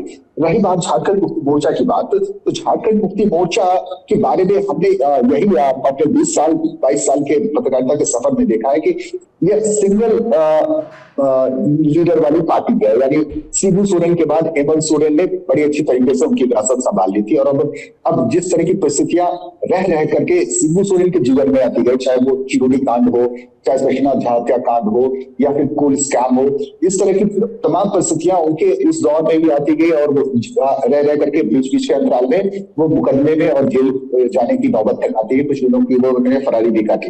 तो अब उस तरह की परिस्थितियां हेमंत सोरेन के पास भी आ रही। तो क्षेत्रीय पार्टियों में अक्सर ये देखा गया है कि जब तक इस तरह की परिस्थितियां पार्टी के नेताओं के ऊपर आती है, तो वो नेता के साथ लोगों का सेंटिमेंट्स जो है वो और मजबूत हो जाता है। ये अलग बात है कि 93 के बराजी केसेस के बाद पार्टी को बड़ा भारी नुकसान हुआ था, और स्पेशली लोकसभा चुनाव में उन्हें ज्यादा नुकसान हुआ था। तो इस बार सबसे पहले लोकसभा के चुनाव है, इसके बाद वर्ष के अंत में यानी नवंबर दिसंबर में विधानसभा का चुनाव है। तो एक तस्वीर जो है वो लोकसभा चुनाव के दरमियान ही दिख जाएगा। लेकिन इन तस्वीरों को देख करके पार्टी खुश हो जाती है कि हमने 12 सीटें जीत ली, या 14 सीटें जीत ली, या 2 सीटें या 4 सीटें जीत ली। इन आंकड़ों पर विधानसभा चुनाव की भविष्यवाणी नहीं की जा सकती, क्योंकि 2019 में लोकसभा चुनाव में बीजेपी ने जितना बढ़िया स्कोर किया, जाकर के विधानसभा चुनाव में उनकी स्कोरिंग जो है वो बिल्कुल उनके गणित जो है, उनके आंकड़े जो है वो पलट गए। तो स्थानीय मुद्दे अलग होते हैं, राष्ट्रीय मुद्दे अलग होते हैं, और झारखंड में विधानसभा चुनाव के दरमियान जो स्थानीय मुद्दे हैं, जैसे 2019 के दरमियान सबसे बड़े मुद्दे के रूप में यहाँ के स्थानीय और मूलवासियों के थे 1932 का हत्या आधारित स्थानीय नीति। उन मुद्दों को अब तक जनता भूल नहीं पाई है, और स्पेशली जो यूथ्स है, जो नौकरी की तलाश में भटक रहे हैं, उनके लिए सबसे बड़ा मुद्दा है। तो 1932 का मुद्दा इस वक्त मौजूद वहीं पर खड़ा है जहां 2019 में खड़ा था। ये अलग बात है कि उस आंदोलन की बुनियाद पर नेता मुख्यमंत्री बन गए, और मुख्यमंत्री से फिर वो पूर्व मुख्यमंत्री हो गए, लेकिन पार्टी अभी भी उनकी कुर्सी पे है। जी आनंद जी, आपके क्या ऑब्जर्वेशंस हैं खास तौर पे? जी मेरा सवाल सुन लीजिए। खास तौर पे मैं बीजेपी के खेमे की रणनीति भी समझना चाहता हूं। क्या बाबूलाल मरांडी को पूरी तरह से कमान दे दी गई है? लोकसभा चुनाव और उसके बाद का विधानसभा चुनाव क्या उन्हीं के नेतृत्व में, उन्हीं के चेहरे के इर्द गिर्द लड़ा जाएगा? क्योंकि वो बहुत फ्रंट फुट पे खेल रहे हैं। एक हिस्टोरिकल इनजस्टिस भी बीजेपी के अंदर उनके साथ हुआ है, सब जानते हैं उसके बारे में। या आपको लगता है अभी भी बहुत सारे सरप्राइज एलिमेंट्स बाकी हैं बीजेपी के खेमे में? आज मैं गया था दोपहर लगभग 3 बजे के आसपास, मैं बाबूलाल मरांडी का इंटरव्यू करने, काफी देर उनसे बातचीत हुई ऑन रिकॉर्ड ऑफ रिकॉर्ड की, और उससे यानी कि कल इनकी लगभग दिन में 1 बजे शुरू हुई संघ के साथ बैठक, और जो रात के 9 साढ़े 9 बजे तक चलती रही। तो इनकी तैयारी तो क्या है कि डिलीवर क्या करना है, हमने क्या किया और जनता को अब क्या और वादे करना है, इसको लेकर इनकी मीटिंग शुरू हो गई है। वो लिस्ट बनाने का काम शुरू हो गया, वो जल्दी ही वो लिस्ट मतलब ये लोगों के सामने लेकर आएंगे भी। हाँ, ये बात सही है कि लोकसभा चुनाव में भी तैयारियों को लेकर जो होने चाहिए कामकाज, उसको लेकर फ्री हैंड दिया गया है। इससे ज्यादा फ्री हैंड उनको नहीं दिया गया है। लेकिन ये बात अब ये है कि जेएमएम के लिए क्या स्पेस बनता है, अगर बनता है तो कितना स्पेस बनता है। मैं इस चीज को समझता हूँ कि जेएमएम के लिए स्पेस बनना शुरू हो चुका है। वो ऐसे कि 3 दिन पहले जिस वक्त हेमंत सोरेन दिल्ली में थे और ईडी की टीम उनके आवास पे थी, हेमंत सोरेन नहीं मिल रहे थे, शाम के वक्त मैं एक दुकान पे गया तो उस दुकानदार का कहना था कि बॉस मैं बीजेपी मतलब कट्टर बीजेपी हूँ, कट्टर हिंदू मत कहिए, मैं कट्टर बीजेपी हूँ। इसके बावजूद मैं ये बात कहता हूँ कि इन लोगों ने अति कर दी है, इतना ज्यादा नहीं करना चाहिए हेमंत सोरेन के साथ। और खासकर मीडिया जो है, नेशनल मीडिया, उसने हमारे स्टेट को बदनाम किया है, इनको भगोड़ा कह के। अब वो वहां नहीं है, तो अब कहने का मतलब यह है कि वो एक सेंटिमेंट इनके लिए जगह है। अब इस वक्त अगर राहुल गांधी और कल्पना सोरेन, राहुल गांधी के भाषण और कल्पना सोरेन के आंसू, अगर ये दोनों एक साथ एक मिक्स करते हैं तो कुछ बेहतर स्पेस या बेहतर रिजल्ट लोकसभा चुनाव में भी जेएमएम को मिल सकती है।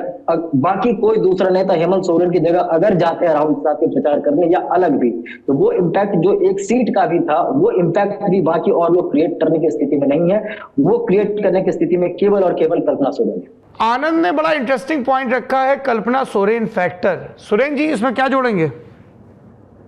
देखिए वो कल्पना मुर्मू है दरअसल, चूंकि मैं भी खुद उसी कम्युनिटी से बिलोंग करता हूं, उसी ट्राइबल संथाल कम्युनिटी से बिलोंग करता हूं।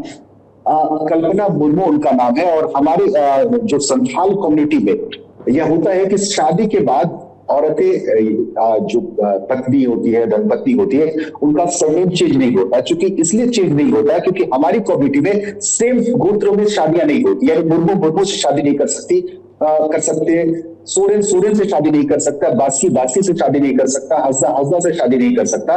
तो यह कंफ्यूजन ना लोगों को हो जाए कि अरे इसने तो सोरेन से ही शादी कर ली, मतलब हेमंत सोरेन ने कल्पना सोरेन से शादी कर ली, सोरेन में तो शादियां होती नहीं है। ये कंफ्यूजन ना हो, इसलिए हमारी ट्राइबल कम्युनिटी में, स्पेशली संथाल कम्युनिटी में एक गोत्र में शादियां नहीं होती और ना ही सरनेम चेंज होता है। लेकिन अब क्योंकि सीता सोरेन के मसले में भी ये देखा गया कि सीता सोरेन हो गई, क्योंकि वो दुर्गा सोरेन वाला फील लाना था, लोगों को ये बताना था कि ये जो सीता मुर्मू है वो दरअसल सीता मुर्मू नहीं है, वो दुर्गा सोरेन की पत्नी है। उसी तरह अब जो कल्पना सोरेन हो गई है, अगर उनके जितने भी डॉक्यूमेंट्स होंगे उसमें कल्पना मुर्मू होंगी, या शादी के बाद अगर उन्होंने कोई डॉक्यूमेंट्स बनाए होंगे तो उसपे शायद उन्होंने कल्पना मुर्मू सोरेन लिखा होगा या कल्पना सोरेन लिखा होगा। तो ये एक बड़ा फैक्टर है। और चूंकि पब्लिक को ये बताना है कि जो सोरेन वाली जो फील है, सोरेन से फैमिली से जुड़ी हुई है, ये फील बताना है, ये मैसेज देना है, तो इसके लिए सरनेम चेंज किया गया है। Thank you. और आई मस्ट एडमिट कि हम लोग दिल्ली में बैठ के कई बार कम लोकसभा सीटों वाले राज्यों की राजनीतिक घटनाओं पर बड़े विस्तार से चर्चा करते हैं, लेकिन झारखंड को दिल्ली की मीडिया अदरवाइज भी उतना जो उनका ड्यू क्रेडिट होना चाहिए, ड्यू फोकस होना चाहिए, वो नहीं मिलता है। Being the editor of Lallantop, we'll try to correct it. आप सभी मेहमानों का बहुत बहुत शुक्रिया। बढ़ते हैं अगले सत्र की तरफ। इस सत्र में बात होगी उत्तर प्रदेश की, जो 80 सीटों के दम पर दम्भ भरता है कि दिल्ली वो चलाते हैं। उत्तर प्रदेश में 2019 का लोकसभा चुनाव खासा दिलचस्प था, क्योंकि एक अरसे के बाद, ठीक कहें तो 1995 के बाद सपा और बसपा एक साथ आए थे। नतीजे क्या रहे सब जानते हैं। बसपा को मिली 10, सपा को मिली 5 की 5 जो पहले थी, अब वो घट के 3 रह गई हैं 24 आते आते। और कांग्रेस के हिस्से में आई 1 सीट रायबरेली की। हम 2024 के दूसरे महीने में दाखिल हो चुके हैं। लोकसभा चुनाव की आहट नहीं है। क्यों? क्योंकि अब लोकसभा चुनाव की आवाज़ बाकायदा सुनाई दे रही है और दिखाई दे रही है। आहट में थोड़ा दूरअंदेशी रहती है। भारतीय जनता पार्टी अपने किले को चाक चौबंद करने में लगी है। उनके पास कॉन्फिडेंस है, क्योंकि वो 17 और 22 का चुनाव बड़े मार्जिन से जीत चुके हैं। 22 में उन्होंने सक्सेसफुली अपने आप को डिफेंड किया। 14 और 19 में भी उन्होंने अपनी टैली को ऑलमोस्ट इंटैक्ट रखा। ऐसे में बीजेपी में अब जो चर्चा चल रही वो ये कि राम मंदिर के मोमेंटम, लाभार्थी स्कीम्स आदि इत्यादि के दौरान क्या कई स्थापित और कई बार के सांसदों के टिकट कटेंगे। 4-5 तो ऐसे हैं जो 75 की सीमा को पार कर गए हैं।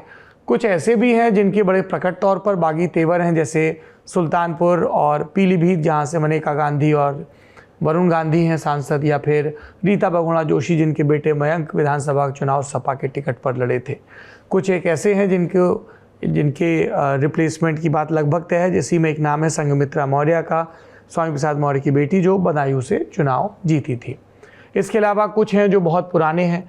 और कांग्रेस के मुकाबले जब बीजेपी उत्तर प्रदेश में अपने किले की मजबूती देखती है तो फिर वो ये भी लोड नहीं लेती है कि इनको तो हमने मंत्री बना रखा है। जैसे शाहजहांपुर से कृष्णा जी मंत्री थी, लेकिन 19 में उनको टिकट ही नहीं मिला। इसलिए हर कोई हलकान है। कई मंत्री हैं जो अपने वजन को तौल रहे हैं, क्योंकि उदाहरण ऐसे भी सामने हैं कि जो उत्तर प्रदेश सरकार में मंत्री थे वो केंद्र में सिर्फ सांसद रह गए, जैसे रीता बहुगुणा या फिर कानपुर के सत्यदेव पचौरी। उधर समाजवादी पार्टी है जिसने धड़ाधड़ अपने कैंडिडेट्स के नाम का ऐलान शुरू कर दिया है, चाहे लखनऊ से रविदास मेहरोत्रा हो, या फिर लखीमपुर खीरी से उत्कर्ष वर्मा हो, या फिर फिरोज़ाबाद से अक्षय यादव हो, या बदायूं से धर्मेंद्र यादव हो, मैनपुरी से डिम्पल यादव हो। कई नाम हैं, शफीक उर रहमान वर्ग संभल से। बसपा बार बार ऐलान कर रही है एकला चलो रे। बसपा के टिकट को लेकर इस बार सरगर्मियां कुछ कम हैं, क्योंकि 2022 के चुनाव में बसपा 12.5% की अल्ले पल्ले पे टिक गई थी, 17-18-20% की पार्टी हुआ करती थी। तो जो क्रेज 2019 में था वो अब 2024 में बसपा के टिकट को लेकर नहीं है। कांग्रेस में अभी ये चर्चा चल रही है कि गठबंधन करना है या नहीं करना है। जो कांग्रेस के प्रदेश के नेता हैं वो बार बार ये कह रहे हैं कि हमें इतनी सीटें तो मिलनी चाहिए, उतनी तो मिलनी चाहिए। कोई 2009 का हवाला दे रहा है, कोई 4 का हवाला दे रहा है। समाजवादी पार्टी कह रही है आप विनिंग कैंडिडेट्स के नाम बताओ, हम आपको सीट और कुछ बढ़ाकर दे सकते हैं। 7 सीटें आरएलडी को दे दी गई हैं, पर 7 के सातों जो हैंडपंप के सिंबल में लड़ेंगे ज़रूरी नहीं कि वो आरएलडी के नेता हों, कुछ सपा के नेता भी हो सकते हैं जो उस सिंबल पर जाएं। कांग्रेस को जो 11 सीटें दी गई उनमें सूत्रों ने अपने हिसाब से बताया है कि बनारस की सीट है, झांसी की सीट है, जालौन की सीट है, गाज़ियाबाद की सीट है। इस तरह की सीटें हैं जिनकी चर्चा चल रही है, और जो प्रभारी लोग हैं उनकी अपनी सीटें नहीं हैं। कानपुर की सीट भी दी गई है, जैसे फर्रुखाबाद की सीट नहीं है या बांसगांव की सीट नहीं है, तो इसको लेकर भी बहुत चर्चा है। तो हमें लगा कि एक बार फिर से उत्तर प्रदेश का रुख करते हैं। उत्तर प्रदेश पर बात करने के लिए हमारे साथ वरिष्ठ पत्रकार राजकुमार सिंह हैं और इंडियन एक्सप्रेस अखबार से जुड़े हुए लालमणि वर्मा जी हैं। आप दोनों का बहुत बहुत स्वागत है। धन्यवाद। Thank you. लालमणि भाई, आपके पास आऊँगा, पहले राजकुमार जी से जान लेते हैं किसके किसके टिकट पर तलवार लटकी है, कौन है आपकी नज़र में? जैसे आगरा से एसपी सिंह बघेल हैं, कहा जा रहा है कि वहाँ से बेबी रानी मौर्य आ सकती हैं, बघेल को हो सकता है इटावा भेज दिया जाए। फिर ये भी कहा जा रहा है कि जो कन्नौज सदर से विधायक हैं असीम अरुण, हो सकता है उनको इटावा भेज दिया जाए, क्योंकि उनको राष्ट्रीय राजनीति में लॉन्च करने का प्लान हो सकता है। बलिया को लेकर दयाशंकर सिंह का कुछ लोगों ने नाम चलाया, हालांकि दयाशंकर के लोग कहते हैं कि वो परिवहन मंत्री के तौर पर ही खुश हैं, है ना। नोएडा को लेकर भी लोगों ने कहा कि महेश शर्मा का टिकट आप तय मत मानिए, यहाँ भी कई दावेदार हैं। आपके पास किन किन सीटों की जानकारी है भाजपा खेमे को लेकर, फिर हम विपक्षी खेमे में जाएंगे। राजकुमार जी। सौरभ जी, देखिए बीजेपी में निश्चिंत तो कोई भी नहीं है। जो सीटें अभी आपने बात की, जो लगता है बिल्कुल साफ कि इनका टिकट कटेगा, उसमें इलाहाबाद सीट तो बिल्कुल मान के चल रहे हैं हम लोग रीता जी का, क्योंकि उनके बेटे 2022 में विधानसभा चुनाव से ठीक लखनऊ कैंट समाजवादी पार्टी में चले गए थे। एक बहुत दिलचस्प सीट है बदायूं की, जिसको हम मान रहे हैं कि स्वामी प्रसाद मौर्य की बेटी संघमित्रा मौर्य हैं, उनका टिकट कटना चाहिए। लेकिन एक वहां खेल भी हो सकता है, क्योंकि अगर बीजेपी संघमित्रा मौर्य को लड़ा देती है दोबारा, मान लीजिए, तो वहां पर सबसे दिलचस्प मुकाबला हो जाएगा, क्योंकि धर्मेंद्र यादव बदायूं से लड़ रहे हैं। तो बीजेपी में एक इस बात पर भी बात चल रही है कि क्यों ना संघमित्रा मौर्य को लड़ा दिया जाए, ताकि समाजवादी पार्टी से जो स्वामी प्रसाद मौर्य की नजदीकियां आप तो जा ही चुके हैं उसमें, तो वहां पर देखने लायक होगा खेल कि फिर क्या होगा वहां, क्योंकि बदायूं सीट से धर्मेंद्र यादव भी सांसद रह चुके हैं और समाजवादी पार्टी वहां ठीक ठाक चुनाव लड़ती रही। इसके अलावा जो आप बात कर रहे हैं कि मेनका गांधी को लेकर, उनका भी टिकट, इसके अलावा वरुण गांधी, उनके टिकट पर भी सवाल है। तो बहुत सारी सीटें। और एक बात मैं आपसे ये कहना चाह रहा हूं कि उत्तर प्रदेश में 2014 से हम देख रहे हैं बीजेपी में चुनाव मोदी जी लड़ते हैं, और 2017 के बाद मोदी जी के साथ योगी जी लड़ते हैं। चाहे वो सांसद हो या विधायक हो, कोई इतना कॉन्फिडेंस में नहीं रहता है कि जो ये कह सके मैं चुनाव लड़ूंगा, क्योंकि वोट भी इन लोगों का जो कामकाज है, अगर उस पर हम निगाह डालें तो इन लोगों को का टिकट कभी भी बदल दिया जाए, उसका कोई बहुत बड़ा असर पड़ने वाला नहीं है भारतीय जनता पार्टी के परफॉर्मेंस पर। क्योंकि यहाँ पर सीधा सीधा जो पिछले 4 चुनाव से हम लोग देख रहे हैं, मोदी जी का चेहरा होता है, और विधानसभा चुनाव में योगी जी का चेहरा मोदी जी के साथ होता है।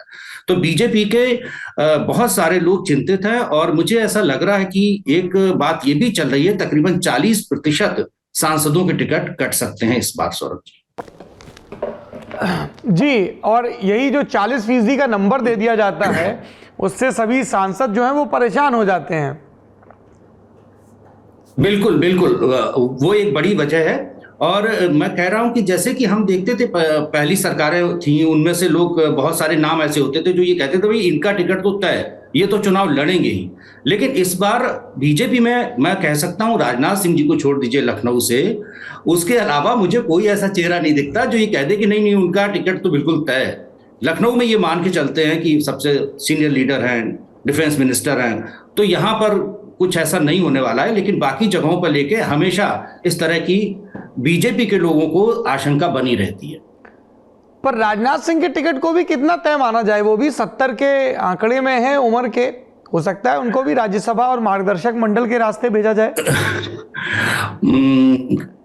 कह सकते हैं। और खुल के कह देता हूं, एक समय था जब राजनाथ सिंह प्रदेश अध्यक्ष थे, मुख्यमंत्री थे और क्षत्रिय समाज के भी एक बड़े नेता माने जाते थे, पर वो गैप तो योगी आदित्यनाथ ने भर दिया है। लेकिन सौरभ जी, यहाँ लखनऊ में जो हम लोग देख रहे हैं कि यहाँ पर जितने भी फैसले हो रहे हैं, चाहे वो मेयर के इलेक्शन हो, चाहे वो नगर अध्यक्ष बनाने को लेकर हो, सारी चीजों में कम से कम उत्तर प्रदेश में लखनऊ एक ऐसा जगह पे है जहां पर राजनाथ सिंह जी की बात ही मानी जा रही है। अच्छा, तो उससे हम लोग ये अंदाजा लगा के चलते हैं कि जब सारे टिकट्स, चाहे विधायकों के भी टिकट अगर आप 2012 में देखें तो पूरे प्रदेश के टिकट मोदी जी, योगी जी और दिल्ली से फाइनल हुए, लेकिन लखनऊ की विधानसभाएं जितनी थी उनमें राजनाथ सिंह जी के यहाँ से टिकट फाइनल हुए, और अभी जो मेयर कुछ दिन पहले बनी वो भी उन्होंने ही उनका टिकट फाइनल किया था। तो ये सब देखते हुए लगता है कि कम से कम लखनऊ में अभी छेड़छाड़ शायद ना करें। वैसे भी अमित शाह से जुड़े सूत्र ये कहते हैं कि उत्तर प्रदेश से जुड़े फैसलों में राजनाथ जी से एक बार सलाह कर ली जाती है, माना जाए ना माना जाए, लेकिन उनका मत पूछा जाता है। लालमणि जी, क्या जानकारी आपके पास भाजपा के टिकटार्थियों को लेकर? कई विधायक हैं जो तैयारी में हैं, मतलब कहीं से भी शुरू कर दूं मैं, कहा गया गोरखपुर का टिकट योगी आदित्यनाथ की मर्जी से तय होगा, बगल की सीट देवरिया पे आ जाइए, तो देवरिया के टिकट को लेकर शलभमणि त्रिपाठी विधायक हैं, वो भी दावेदारी कर रहे हैं। फिर जागृति मिशन वाले हैं, उनके पिताजी विधायक सांसद रहे हैं, उनकी भी दावेदारी है। कहीं भी किसी भी सीट पे, सत्यदेव पचौरी कानपुर से हैं, कहा जा रहा है यहाँ से नया नाम आएगा, दिल्ली से कोई नाम भेजा जा सकता है क्योंकि परंपरागत रूप से अब मजबूत सीट मानी जाती रही है ये, अगर श्री प्रकाश जायसवाल के अपवादों को छोड़ दें तो, और गुटबाजी को लेके विधानसभा अध्यक्ष सतीश महाना का भी उसमें दिलचस्पी है। फर्रुखाबाद को लेके भी यही बात कही जा रही है कि कोई और चेहरा लाया जा सकता है, बगल की उन्नाव सीट हो, मतलब यू नेम द सीट, और वहां 4 दावेदारों की लिस्ट तैयार है, बैनर होर्डिंगों की भरमार है। रक्षाबंधन से 15 अगस्त से ही बधाइयों का सिलसिला शुरू हो गया था, जो अभी तक बदस्तूर जारी है। राजेश्वर सिंह, आप लखनऊ का जिक्र हो रहा था, वहां से विधायक हैं, सरोजिनी नगर की सीट से मेरे ख्याल से राजेश्वर सिंह, हाँ सरोजिनी नगर, उनकी दावेदारी है। सुल्तानपुर की सीट को लेके और भी कई दावेदार हैं। महेंद्र सिंह को लेकर भी चर्चा है कि उनको भी लोकसभा लड़ाई। तो मैं कह रहा हूं ना, किसी भी इलाके में जाएं, कहीं भी जाएं, कि क्या सतीश गौतम का टिकट कायम रहेगा या जो स्लीपवेल गद्दों वाले हैं उनका नाम आ सकता है। You pick the seat and there are candidates. आपके पास क्या जानकारी है? देखिए, एक तो बीजेपी एक बड़ी मजबूत सरकार चला रही है प्रदेश में भी, केंद्र में भी, और सबको अभी इनको लग रहा है, काफी आश्वस्त है लोग कि हमारी अगली सरकार 2024 में आ रही है। तो जाहिर सी बात है, पिछले 10 सालों में बीजेपी काफी नेताओं ने काफी अच्छी इनकम भी बनाई है, काफी अच्छा ग्रो किया है अपने आप को फाइनेंशियली और सोशली। तो हर आदमी की इच्छा है केंद्र की राजनीति की जाए, आगे बढ़ाया जाए। तो बीजेपी में उनके पास भी बहुत बड़ा टीम है, कार्यकर्ता है, हर बोर्ड कार्यकर्ता है, बड़े बड़े छोटे बड़े हर उसके नेता है। तो सबकी इच्छा है वो चुनाव लड़ने की, तो सबने दावेदारी कर रखी है।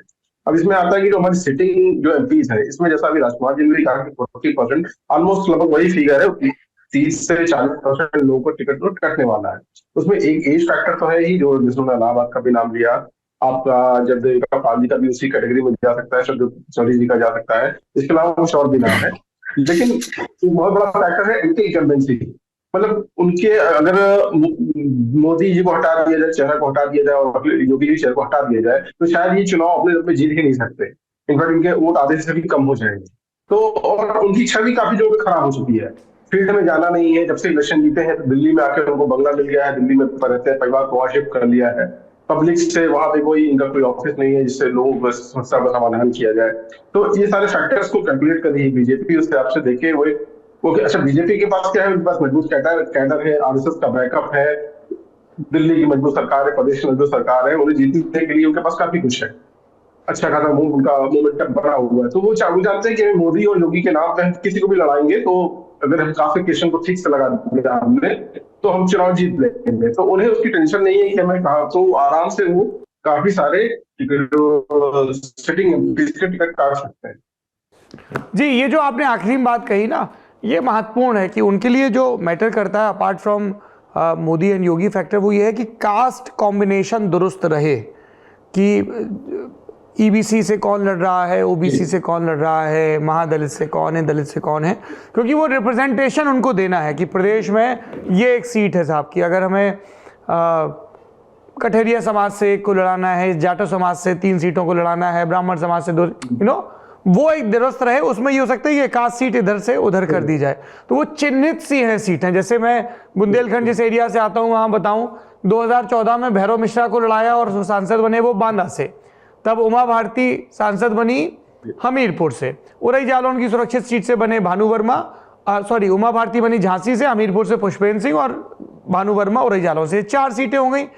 अब 19 आते आते क्या हुआ कि उन्होंने कहा कि साहब बैद्यनाथ वाले अनुराग शर्मा को लड़ाना है झांसी से, तो अब जब झांसी में ब्राह्मण आ गया तो बांदा का ब्राह्मण निपट गया, और वहां पे आर.के. पटेल जिनको प्रकाश द्विवेदी बीजेपी के चर्चित विधायक हैं वो लेके आए थे पार्टी में और विधायक की लड़वाई थी, तो आर.के. पटेल को वहां किया गया कि भाई एक ओबीसी कैंडिडेट देना है, चाहे वो लोधी समाज से दिया जाए या फिर वो कुर्मी समाज से दिया जाए। तो इस तरह की इक्वेशन है, तो एक सीट पे इक्वेशन बदलती है तो वो दूसरी बदल जाती है। ये बताइए कि सब लोग कह रहे हैं कि राजनाथ जी के अलावा बाकी किसी का भी टिकट तय नहीं है, तो इसमें ये जो मंत्री हैं मोदी सरकार में, उनके भी टिकट खतरे में माने जाएं, पंकज चौधरी से लेके महेंद्र पांडे से लेके ये सारे लोग? नहीं, पंकज चौधरी का ये तो मैं नहीं कहूंगा, क्योंकि उनका तो मुझे जो पता लगा कि काफी मजबूत स्थिति में है, उनका ठीक चल रहा है वहाँ पे। प्रधानमंत्री घर भी हुआ है और उनके समर्थकों ने सीएम के लिए उनका नाम भी चला दिया। महेंद्र पांडे जी की बात कर रहे होंगे, महेंद्र सिंह नहीं, आप महेंद्र पांडे जी की बात। महेंद्र पांडे जी, महेंद्र पांडे चंदौली। जी जी हाँ, उनका एज फैक्टर है, और आप देखिए तो काफी उनकी मतलब पब्लिक में एक्टिविटी प्रेजेंस बहुत कम है इस समय, तो वो एक हो सकते हैं। इसके अलावा मंत्रियों में और हाँ, आपके पश्चिम से एक है, मैं नाम पता नहीं लेना ठीक होगा कि नहीं होगा, अभी पश्चिम के बड़े बड़बोले काफी बोलने वाले हैं और एक्टिव हैं, तो उनका भी टिकट कर सकता है। उनकी छवि को लेके पार्टी काफी संदेह में है, तो ऐसे कई हैं। अरे नाम तो बता दीजिए, नेता नगरी है। अच्छा, संजीव बालियान जी, मतलब मैं समझ गया था, लेकिन मैंने कहा कि थोड़ा हाँ, संजीव बालियान के टिकट पर संकट है, ये कई लोगों ने कहा जी। पार्टी के इंटरनल जो लोगों ने जो फीडबैक लेते रहते हैं, ये पार्टी के लोगों ने मेरे को रिस्पॉन्स दिया कि हालांकि उन्होंने लिस्ट बना रखी है, मुझे इस समय पूरे याद नहीं आ रहे, मैंने कुछ दिन पहले लिखा भी था कौन कौन सी सीट्स है जहाँ पे चेंज होने वाला है। अच्छा, कई लोगों ने यह भी कहा कि जो 22 में विधायकी हारे हैं, ऐसे कुछ लोगों को भी लोकसभा में मौका मिल सकता है, जैसे ये राणा हैं थाना भवन वाले, इनको लड़वाया जा सकता है, सिद्धार्थनगर में सतीश द्विवेदी हैं, इस तरह की भी कोई संभावना है क्या? बीजेपी में एक गुण है कि इन्हें सामाजिक समीकरण के हिसाब से उन्हें जो एक जमीनी कार्यकर्ता भी होता है, इन्हें वार्ड का एक पार्षद भी लगता है कि ये हमारे स्पेशल स्टेट बैठ रहा है, इससे चुनाव निकल सकता है, तो उसको उठा के बैठा दें, वो उसे किसी भी पद पे बैठा सकते हैं। तो ये पॉसिबल है बीजेपी में, आपने जिनका नाम दिया वो हो सकता है, उनको लाया जाए, क्योंकि उन्हें लड़ना है मोदी जी के नाम पे, योगी जी के नाम पे, केंद्रीय सरकार की योजनाओं के नाम पे। उन्हें अपने पर्सनल रेपुटेशन तो बस नहीं है कि हमारी जो जाति है, हमारी जो सोसाइटी कम्युनिटी है, हमें उसके वोट्स का एक बड़ा चंक अपने साथ लेके आना है। हम कंटेस्ट करेंगे तो वो कमेटी हमारे साथ लगेगी, उसे पता है कि हम रूलिंग पार्टी के कैंडिडेट है तो हमारे साथ रहेगी, तो उसका फायदा होगा, क्षेत्र में विकास होगा। अच्छा राजकुमार जी, अब विपक्षी खेमे का रुख करते हैं। सपा ने जो टिकट ऐलान किए हैं उनको लेके क्या राय है आपकी? मैं जो विपक्षी खेमा है उसकी बात मैं शुरू करना चाहता हूं रहीम के एक दोहे से, कि कहे रहीम कैसे निभे केर बेर को संग, वे डोलत रस आपने उनके फाटत अंग। जी बिल्कुल वही स्थिति है। समाजवादी पार्टी अभी बीजेपी को क्या चैलेंज करेंगे? ये लोग आपस में ही एक दूसरे को चैलेंज कर रहे हैं। समाजवादी पार्टी ने 16 सीटें अपनी घोषित कर दी, समाजवादी पार्टी ने 11 सीटें कांग्रेस को दे दी, और सबसे ताज्जुब की बात है कि समाजवादी पार्टी के सुप्रीमो अखिलेश यादव ये घोषणा कर रहे हैं, कायदे में अगर कोई गठबंधन है तो दोनों नेता होने चाहिए या पूरा गठबंधन एक साथ बैठना चाहिए, उसके बाद से कोई सीट्स की बात होनी चाहिए, कोई डिक्लेरेशन होनी चाहिए। ये तो वैसे ही हुआ कि जो बहुत ताकतवर व्यक्ति है वो अपने किसी सहयोगी को कोई चीज ऐसे ही दे दे कि भाई ये तुम्हारे हिस्से में लेके जाओ। तो अभी जो गठबंधन है बेसिकली वो गठबंधन की तरह व्यवहार नहीं कर रहा है उत्तर प्रदेश में। उत्तर प्रदेश में सिर्फ अखिलेश यादव अपने हिसाब से सीटों की घोषणा कर दे रहे हैं, उस पर ना तो रिएक्शन ठीक से आ रहा कांग्रेस का या राष्ट्रीय लोकदल का। अभी उस पर यह भी तय नहीं है कि कांग्रेस इसको मानेगी कि नहीं मानेगी, और मुझे नहीं लगता कि वो 11 सीटों पर मानेंगे, और फिर कौन सी सीटें वहां पर होंगी। तो अभी ये गठबंधन जो है ये बिल्कुल यहां पर मैच्योर नहीं है। इनके जो भी अभी सीटें अनाउंस हो रही हैं वो दबाव बनाने की एक रणनीति है समाजवादी पार्टी की कांग्रेस पर या आरएलडी पर। और आरएलडी को जो 7 सीटें दी हैं, जो मेरी जानकारी उसमें 2 सीटें समाजवादी पार्टी के नेता लड़ेंगे आरएलडी के चुनाव निशान पर। तो विपक्ष की हालत बहुत अच्छी नहीं है, और 2014 से जो यहां पर चल रहा है कि बीजेपी को कोई भी चुनौती नहीं विपक्ष दे पा रहा है, तो मैं देख रहा हूं कि अभी 24 में भी फिलहाल इस वक्त की स्थिति को देखते हुए कोई चुनौती नहीं लग रही। और एक और बड़ी बात कि 2019 के चुनाव में समाजवादी पार्टी और बीएसपी ने मिलकर ये चुनाव लड़ा था। मैं एक सीट का आपको उदाहरण दूं, संभल की सीट का, जिसको मानते हैं कि वहां पर बर्क साहब बहुत आसानी से चुनाव जीत जाएंगे, लेकिन 2014 में वो चुनाव हार गए। जब बीएसपी साथ आई समाजवादी पार्टी के, तब वो 2019 में चुनाव जीते वहां से। तो इस बार बीएसपी किन लोगों को टिकट देगी वो बहुत ज्यादा निर्भर करेगा कि विपक्ष की परफॉर्मेंस कैसी रहेगी, क्या और भी खराब हो जाएगी 2019 से, क्योंकि बीएसपी का जो भी कैंडिडेट होगा ये मान के चला जा रहा है कि वो बीजेपी से ज्यादा जो गठबंधन होगा, एनडी गठबंधन जिसको बोल रहे हैं हम, समाजवादी पार्टी, कांग्रेस और आरएलडी का, उसको ज्यादा नुकसान करेगा अगर ये गठबंधन हो गया तो भी। पहले तो यही सवाल है अभी कि गठबंधन होगा भी कि नहीं होगा यहाँ पे। जी लालवानी जी, टिकट डिस्ट्रीब्यूशन और जो कांग्रेस को सीटें दी जा रही हैं उसको लेके क्या टिप्पणी है आपकी, क्या आपके पास इंसाइट्स हैं? क्योंकि मैं दर्शकों को बता दूं, मेरी पिछले दिनों अखिलेश यादव जी से मुलाकात हुई और विस्तार से चर्चा भी हुई, ऑफ द रिकॉर्ड थी, ऑफ द कैमरा चर्चा थी। जल्दी हम उनके साथ एक विस्तृत इंटरव्यू भी रिकॉर्ड करेंगे। तो उन्होंने कहा कि भाई हमने तो कह दिया कि आप अपने विनिंग कैंडिडेट्स बताइए, है ना, और उसके हिसाब से और भी थोड़ा बहुत एडजस्टमेंट किया जा सकता है। कि उनका ये कहना है कि हम आखिरी तक इंतज़ार नहीं कर सकते हैं, इसीलिए जिन सीटों को लेके वो आश्वस्त हैं उसमें धड़ाधड़ कैंडिडेट्स के नाम का ऐलान हो रहा है, और ये भी कि ये नहीं होगा कि बदल दिए जाएं, कुछ छोड़ दिया जाए। हमारे कैंडिडेट हैं, हमने यहाँ से कह दिया, वो तैयारी में जुटे हुए हैं।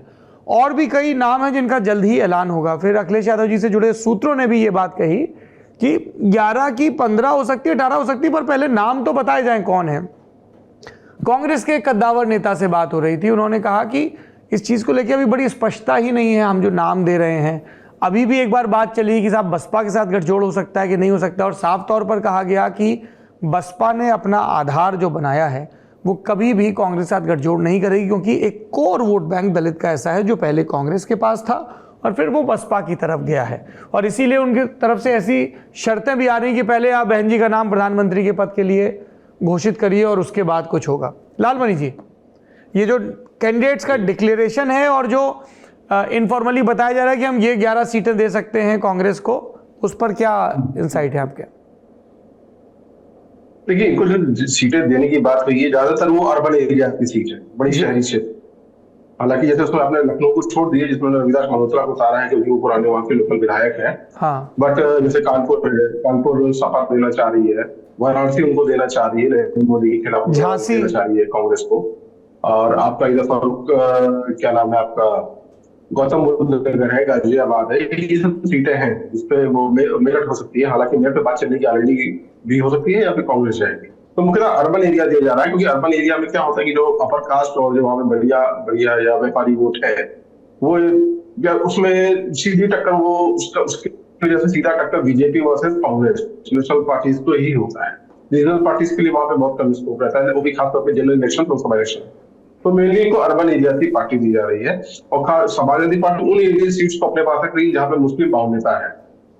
खासतौर जैसे आपने देखा अभी बर्क साहब की सीट संभल को उसने अपने पास रखा क्योंकि मुस्लिम लोग काफी। तो हालांकि देखने वाली बात ये थी कि इन्होंने जो अपने जितने 3 सिटिंग एमपी हैं, 16 में 3 सिटिंग एमपी में 2 की ही सीट डिक्लेयर की, बर्क साहब की और डिम्पल यादव की। एसटी हसन की सीट को छोड़ दिया, मुरादाबाद वाली, वो भी एक अर्बन सीट है और मुस्लिम डोमिनेटेड है, 2 मुस्लिम भी है वहां पे, दलित भी है, सब कोई है। तो अभी ये इंटरेस्टिंग सीट है मुरादाबाद की, क्या जाए किसको जाएगी, मतलब सपा रखिएगी। अगर इसको अपने पास रखना ही होता तो क्लियरली उसको डिक्लेयर कर दी होती बर्क साहब की तरह या डिम्पल जी की तरह का जो सीट है। तो बाकी अभी ये देखिए जो कांग्रेस का जो रुख है, कांग्रेस अभी देख रही है, और हालांकि अखिलेश यादव तो यही चाह रहे थे कि आप कैंडिडेट बताइए, क्योंकि अखिलेश यादव बहुत ही मजबूत, जो मुझे लोगों ने बताया कि भाई वो बहुत ही मजबूती से लड़ना चाह रहे हैं कि हर सीट पे मुकाबला बीजेपी से अच्छे से हो। इसलिए वो चाह रहे थे कि जो कांग्रेस को सीट दे भी थे तो एटलीस्ट हमें श्योर हो जाए कि आप एक कैंडिडेट जो है वो मजबूत है, आर्थिक रूप से, सामाजिक रूप से, हर तरीके से लड़ने के लिए तैयार है। और इसलिए उसने भी देखा कि कांग्रेस के पास जो पुराने बड़े चेहरे हैं, जो पुराने चुनाव लड़ने वाले हैं, वो कितने एक्टिव हैं। अब जैसे आप कानपुर में देख लीजिए शिवराज जायसवाल जी का, या जैसे इसीलिए देखिए आपने क्या किया फर्रुखाबाद में पिछली बार सलमान खुर्शीद जी लड़े थे, और वो जो कांग्रेस की अभी नेशनल अलायंस कमेटी है जो उसके मेंबर है, और उन्हीं की सीट पे समाजवादी पार्टी ने कैंडिडेट उतार दिया है। तो कॉन्फ्लिक्ट की सिचुएशन कई जगहों पे है। इससे एक ये भी दिख रहा है कि समाजवादी पार्टी और कांग्रेस के बीच में ये जो 16 सीटें हैं जिसपे समाजवादी पार्टी ने प्रत्याशी घोषित किया है, उसको लेके दोनों सीट पार्टी में कहीं औपचारिक रूप से कोई डिटेल में डिस्कशन नहीं हुआ है। अब ये 11 सीटें कौन सी ऑफिशियली डिक्लेयर नहीं कर रहे हैं। इनफैक्ट करना तो कांग्रेस को चाहिए था कि भाई हम ये 11 सीटें लड़ने जा रहे हैं, बट अनाउंसमेंट हो रहा है समाजवादी पार्टी की तरफ से। इसी तरीके से आरएलडी को 7 सीटें दी जा रही है, तो घोषणा की जा रही है समाजवादी पार्टी की तरफ से। कांग्रेस राष्ट्रीय लोकदल ने तो अभी तक एकदम शांत बैठे हुए हैं, वो ना साथ बोल रहे हैं ना वो सीट का नाम बता रहे हैं। हालांकि कल उन्होंने वीडियो पोस्ट किया अपने ट्विटर हैंडल पे, जिसमें उन्होंने मुजफ्फरनगर को ऑलमोस्ट डिक्लेयर किया है। बाकी तो अभी तो मुझे यही लग रहा है कि दोनों तरफ से कॉन्फ्लिक्ट सिचुएशन है। शुक्रिया लालमणि जी। राजकुमार जी आपका भी बहुत बहुत धन्यवाद। आगे के नेता नगरी में भी ये जो बड़े प्रदेश हैं इनकी राजनीति पर हमारी नजर बनी रहेगी, और ये नोट टू सेल्फ है गौरव ताम्रकार जी हमारे प्रोड्यूसर हैं, उनके लिए भी है। ज़रा दक्षिण के राज्यों का भी अब निरंतर रुख किया जाए, है ना। तमिलनाडु, जैसे आज हमने झारखंड पर विस्तार से बात की है। आप सभी मेहमानों का बहुत बहुत शुक्रिया। आज का नेता नगरी यहीं पर समाप्त होता है। अपना और अपनों का खूब ख्याल रखिए, दावेदारों के भी दावे सुनते रहिए।